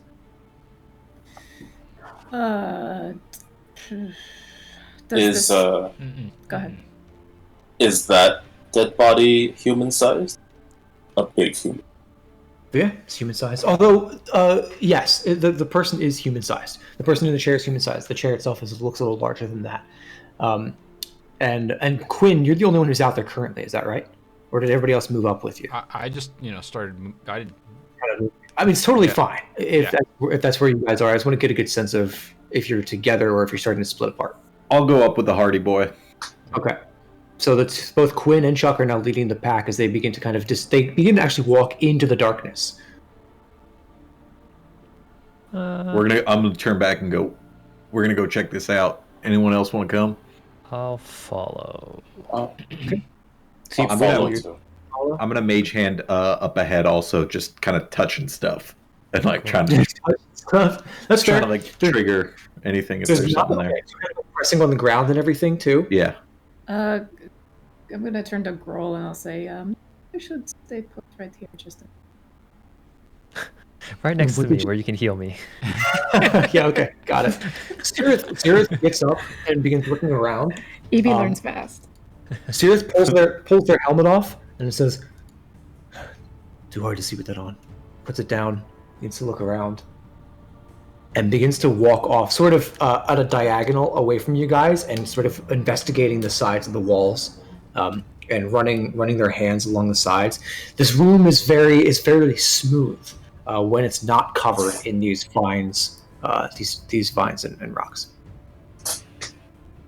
Can I approach the master sword pedestal and take a look at the Yeah. staff there? Yes. It appears to be a very finely crafted golden style scepter. There is a chunk of what could be a planar constant in the top of it, but it's hard to tell because it's encased in some kind of tough, almost like a glass, but tougher. As you kind of knock on it, it feels almost solid as rock, but it's transparent. And floating in the center of that is a brilliant glowing light that is giving off a sort of like a star pattern from inside. But it's made of gold and spirals around, and there are almost looks like if there were petals of a flower that peeled away from the top with this orb in the center of it, and that orb in the center is glowing. Chuck, do you remember when we found the original Horcruxes for what's his name? And we just Hareth. pulled them. Hareth, yeah, for Hareth, and we just pulled them off of the statue. Is this giving you those vibes right now? Because It's giving me pretty similar vibes. Yeah, Or that time that I grabbed mean- that cursed axe and or mace and ended up possessed by a demon lord. Yeah, Actually, I- speaking of which, one second. What's he doing? What is he doing? Chuck's just undressing at the plinth right now. Oh, yeah. Orcs. Dude, you showed us that before, right?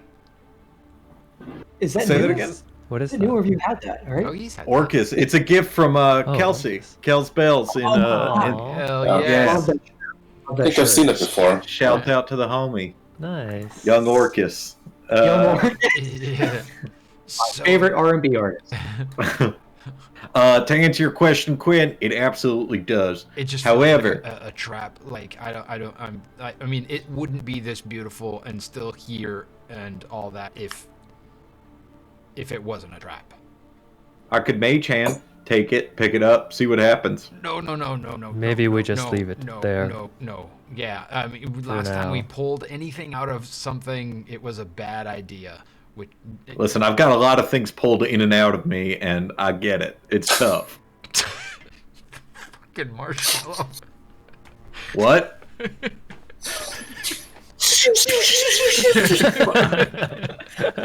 Damn it! The point Then is, hold this.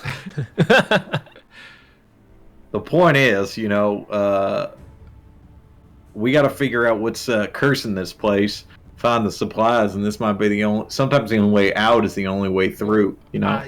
What about that thing over there? That's some kind of undead. I promise you that is not inert. Don't talk about Grohl. Oh, sorry, over there. I meant over there. That thing over there. I love the paranoia that sets in as an adventurer in a D&D world. Every corpse is a potential like enemy. It's like, that's fucking evil. It's on a throne. This thing's trapped. That's cursed. Look at it, though. Also, I Why wonder wouldn't why. it be? So, by the way, from where you guys are standing in the center of the room now, those of you with Devil Sight, and also Cirith can see, at the far end of the room, on the other side of the throne, is a tall doorway. The doorway itself is about 20 feet high. It is currently wide open. That doesn't seem right either. It's about, I want to say, about 50 feet past the throne, on the far side of the throne. So basically, you walked in through an archway that was smaller, and throughout this room, there looks like there might have been other ways through at one point, but they've collapsed in on themselves and become impassable. But at the far end here is a wide open passageway, much taller than it is wide, like almost strangely narrow.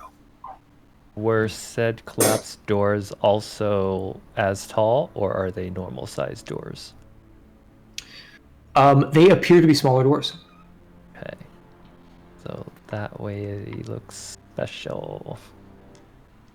Very, very tall person. But not very wide. Anyone want to go look? A very tall, skinny man went this way. I cracked it. That's what I thought. Tall, skinny man. Groot? Can I look around the altar for any traditional traps or anything? Yes, go ahead and make an investigation check.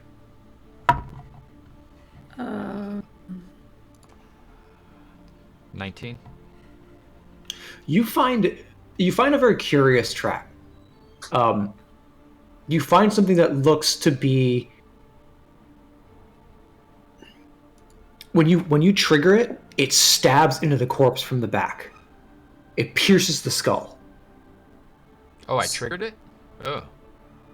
I mean, like you were looking around and you're like, oh, this appears to be connected to this, and this is, and then you just kind of press it and it just shoots a 10-inch spike through the front of the skull of the corpse, and it's sort of like the head hangs there for a second, and then goes back out and the head of the corpse drops. Did it have a hole in it before that? Like the skull? It did Or- not have a hole.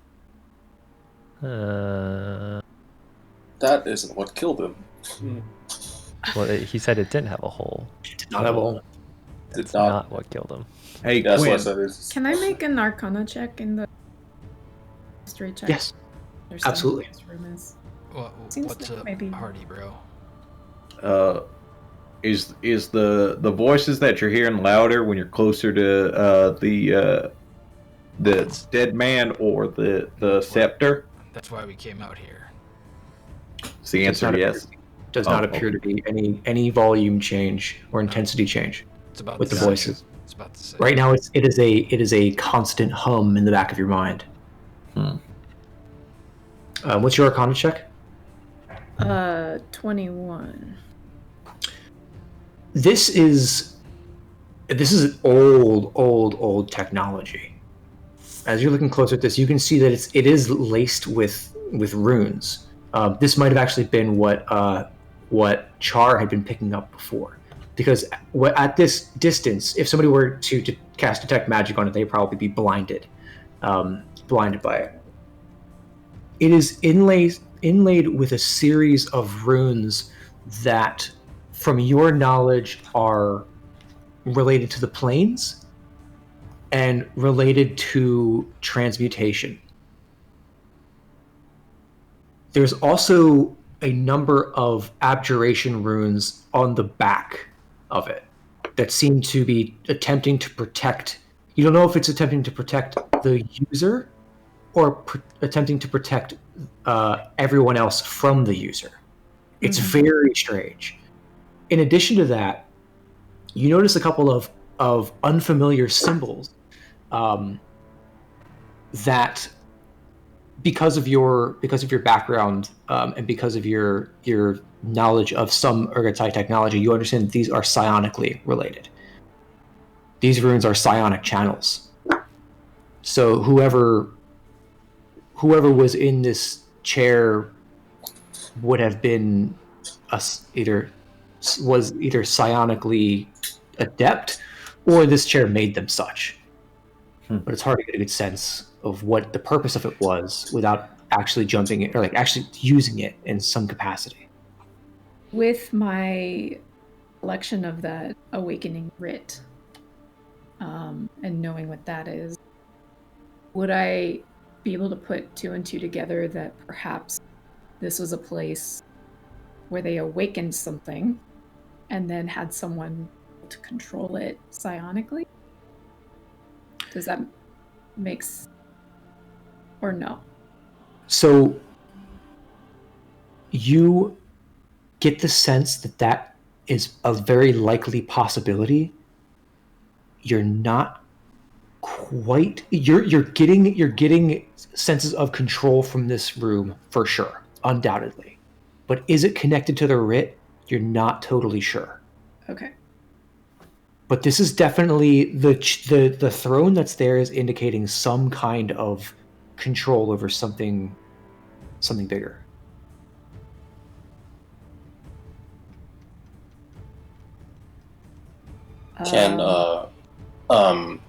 Can Shar make a history check to see if she recognizes who could have built something like this? Yes. It's going to be fairly high DC, but go ahead. This is similar to the check that Chris made earlier. 22. 22. It's right there. You've been in a couple of these before. You've been in a couple of these like style of ruins before. This is the first time you found a corpse, presumably from that era or time. It's hard to say. That this one seems remarkably well preserved if it's from the same time as these ruins are. Can I? Sorry. Go ahead. One last little anecdote off of that. Within this space,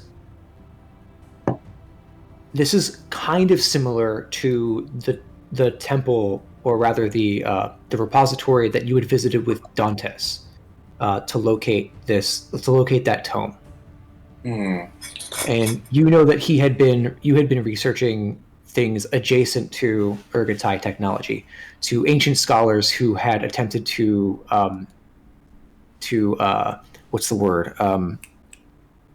reverse engineer some of their techniques. Well, I'll say this out loud to the. I wonder if this place has anything to do with the time stoppage back at the drop. This room is a place. Again. Maybe. That's where. Yeah. Control things. their minds. And I mean, I don't know much else. That's kind of what I'm putting together, and I'm gonna pretty powerful stuff. Can I go? I'm gonna relay over... also.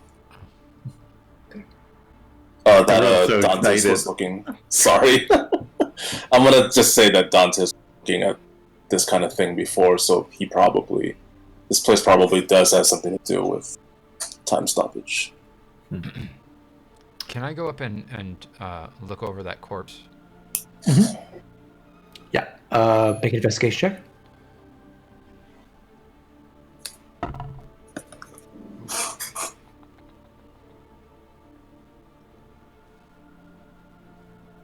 $25. You notice it has nothing of value on it whatsoever, which seems strange. There's no semblance of like personality really to the items that would have on it. It has a simple shawl that's almost been completely rotted through, and with a 25 you notice something else kind of interesting. Though the flesh has been petrified over years and years and years, there are almost deep etchings in the skin, runic etchings in the skin. It's hard to kind of get a sense of what they were, but they're all over the body, all over the face, all over the arms. With my rune, whatever it's called, rune Night. would I get anything off of those runes? Do they mean anything to me? What I can make out? They are every conceivable.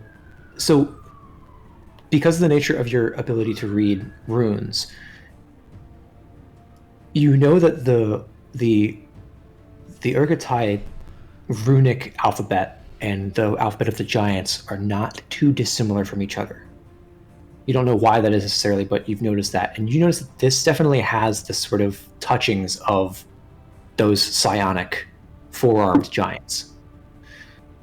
The runes themselves appear to be every conceivable school of magic and planar connection and every semblance of power that comes from a arcane source and sources outside of the arcane is etched into this figure's skin, all across it. Didn't something like that happen to Pain? I'm going to say to the group, does anyone remember that? Well, not you two, but I guess Quinn and Guardian. I mean, did they look similar to Pain's scars? Pretty similar. I wonder if this is a being like Pain. You know, girl is right here. If you are, she could what? Sorry. She can help you with your pain if you have some. Oh. No, we're talking about a good friend of ours that had to leave the frontier. Oh, I see. Well, she's really nice. I mean, yeah, she's really Roll, wonderful. do you remember her? I do. Such a nice girl.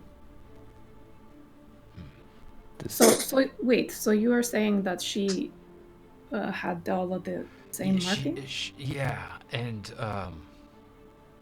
she was pretty special. She's I mean, from what I understand, she's much older than any of us, and kind of there's something about her being one of. She had a certain je ne sais pas. Yeah. I know it sounds really cliche, but she was definitely like there was nobody else like her in all of the known plains. So what could she do? Is she still alive? Could we go find her and bring her here and ask her what is going on with this body or what? Yeah, sure. Let me go get my sending stone. I'll be right back.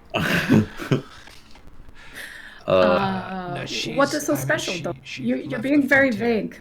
What is so? I mean, because she didn't quite know, and so I mean, we were trying to figure it out, and then we figured out some things about her, the fact that she is While there's, oh god, okay, let me see. She if could I can- psionically cast. She Yeah, could she- cast with her mind. She had a lot of influence with chaos. There were a few, pretty clear, underlinable things to describe. But her people were special in the multiverse. Kalishtar. Yeah, those. Do I recognize Kalishtar as You do recognize anything the special? you recognize the name. You can make a history check to see if you got a good sense of who they are. Can I make some sort of check to see if I make any sense out of what they're telling me? Yeah, you can make a general intelligence check, but I think your intelligence is high enough that you get the sense that this person, they seem to think that this person is tied to this person, this corpse, or that they are at least the same species, or that they have the same sort. Like they're inferring that hey, this person might have been related to this person in some way, whether it's through genealogy or something. Okay. I think we were pretty clear. I mean, I don't know what she's not getting. Chuck, do you? Char, is this making sense? History check. Bit of column A, bit of column B. History check for the college star. 24. So you know that there are roaming the Kalashtar roam the plains in this multiverse. It's rumored that they were originally from somewhere else and were brought here by another entity altogether. It's not clear why they were brought here necessarily, but you know that they are sort of like they're travelers, but they're interplanar travelers, and they have the ability to move between the planes without the aid of traditional magic, although you're not sure the nature of that magic. Wait, you knew a person like this in real life?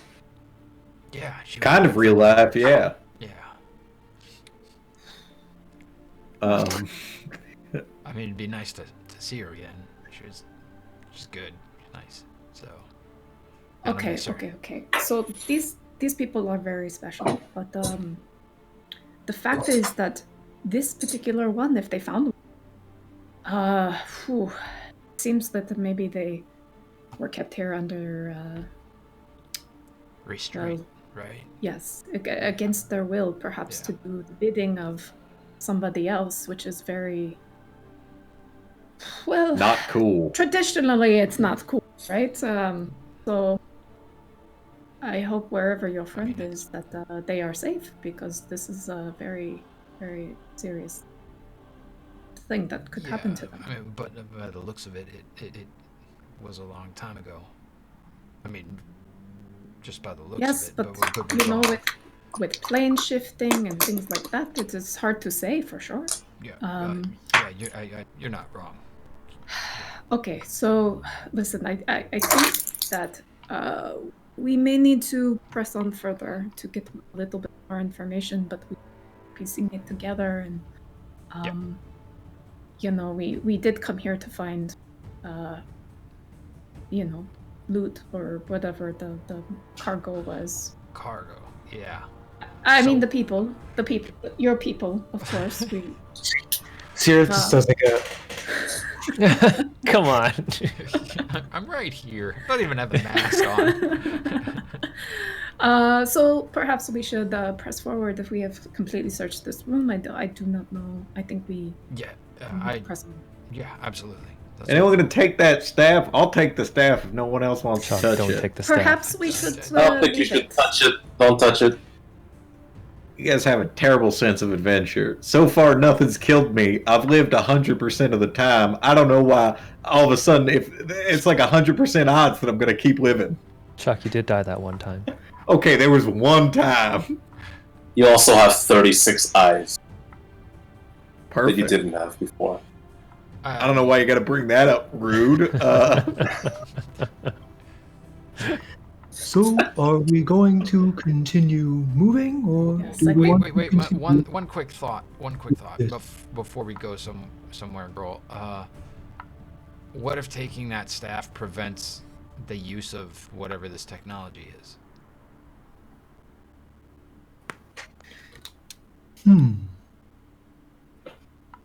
Well, Evie, you're pretty good with magic. What do you think? Listen, I'm not sure about the relation of this staff with the abilities of this creature, whatever it once was. If we want to take 10 minutes or so, do my thing and identify what the staff exactly is and what. So that may help us. We could see if we can take it or if we should leave it. Well, I 10 minutes. I think we should take 10 minutes and see what happens. Okay. You guys plop down. Grohl comes up beside you, aids you in your identification process. You guys trace some runes. While you're doing that, Grohl continues kind of taking a look at the corpse. You're not sure what she's looking for exactly, but she seems to be going over all of the etchings that are into the skin and copying them down into her journal. When you identify this scepter that's jammed into the ground, it appears to be lightly magical, but not necessarily unique in any special capacity. It's nothing more than a focus for psionic abilities, but it's clearly like lodged into the ground in some way that makes it seem as if it was important. Mm-hmm. Perhaps this was what replaced what was once here, because it seems to be. It doesn't seem important enough to be where it is. Because all right, it's just so is everybody ready for me to take the stick? Because I'm going to take the stick. Know if you need it, do you? It may be still. Charles, just think for one moment. It's possible that this is a plug. This is keeping something where it needs to be. Like a hole in a ship, and then you plug it, and it keeps the water out. Right, yeah. No, that's making sense to me. Okay, good. So you are with me. Perhaps somebody in a fit of haste jammed it in here to prevent something from getting out, is all I'm saying. So maybe we keep it here while we go investigate and then on our way out. All right, I'm for that. I'm taking this thing. Okay. Well, don't see. Do you pull it out? No. On the way out, I will. Okay. I think that's a fair argument, Evie. Okay. Cool. Okay. Are you guys then moving through the door behind the? Yeah, just a quick thing as we're getting closer, as we're at the chair. Eyes of the Runekeeper. Is there any sort of non-runic inscriptions on it, or anything that I can read? No. This just appears to be the runes on the person's body. Oh, okay. Nothing on the chair. Gotcha. Cool. Okay. So as you guys begin to walk towards the back of this room now, your footfalls echoing a bit on along the floor, the rustle of the dry roots that wrap across this entire area. You guys get within 10 feet of the door, and there's a rumble, and as the door slams down hard, severing the roots that are there. And as you turn, you hear the sound of Sirith's scimitars coming off her side, as rising from the throne on the end of a long stalk, controlled like a puppet, is the corpse, dangling limply with one glowing purple-pink eye. Holding on to the staff. You son of a... We will pick up there next week. I'm so mad. Nobody ever listens to me. God damn it. I love you guys so much. Oh my god. Amazing info out of just that one room. Like high roll after high roll after high roll. Holy shit. I mean, the last time you took something off like that out of where it should have been, you were possessed by a... Right, I did. 100%. I technically we fudged the rules that time, but I was supposed to instantly die when I picked that up. Like, He was supposed to immediately be sent to the abyss. Yeah. But fun.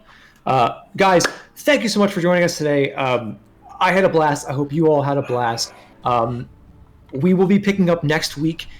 Same Baazdos Frontier, where we'll be fighting whatever the fuck this thing is. You can, in the meantime, you can catch Autumn Monday, Wednesday, and Friday at 7 o'clock, 7 p.m. Pacific Standard Time. Forgot where I lived for a second there.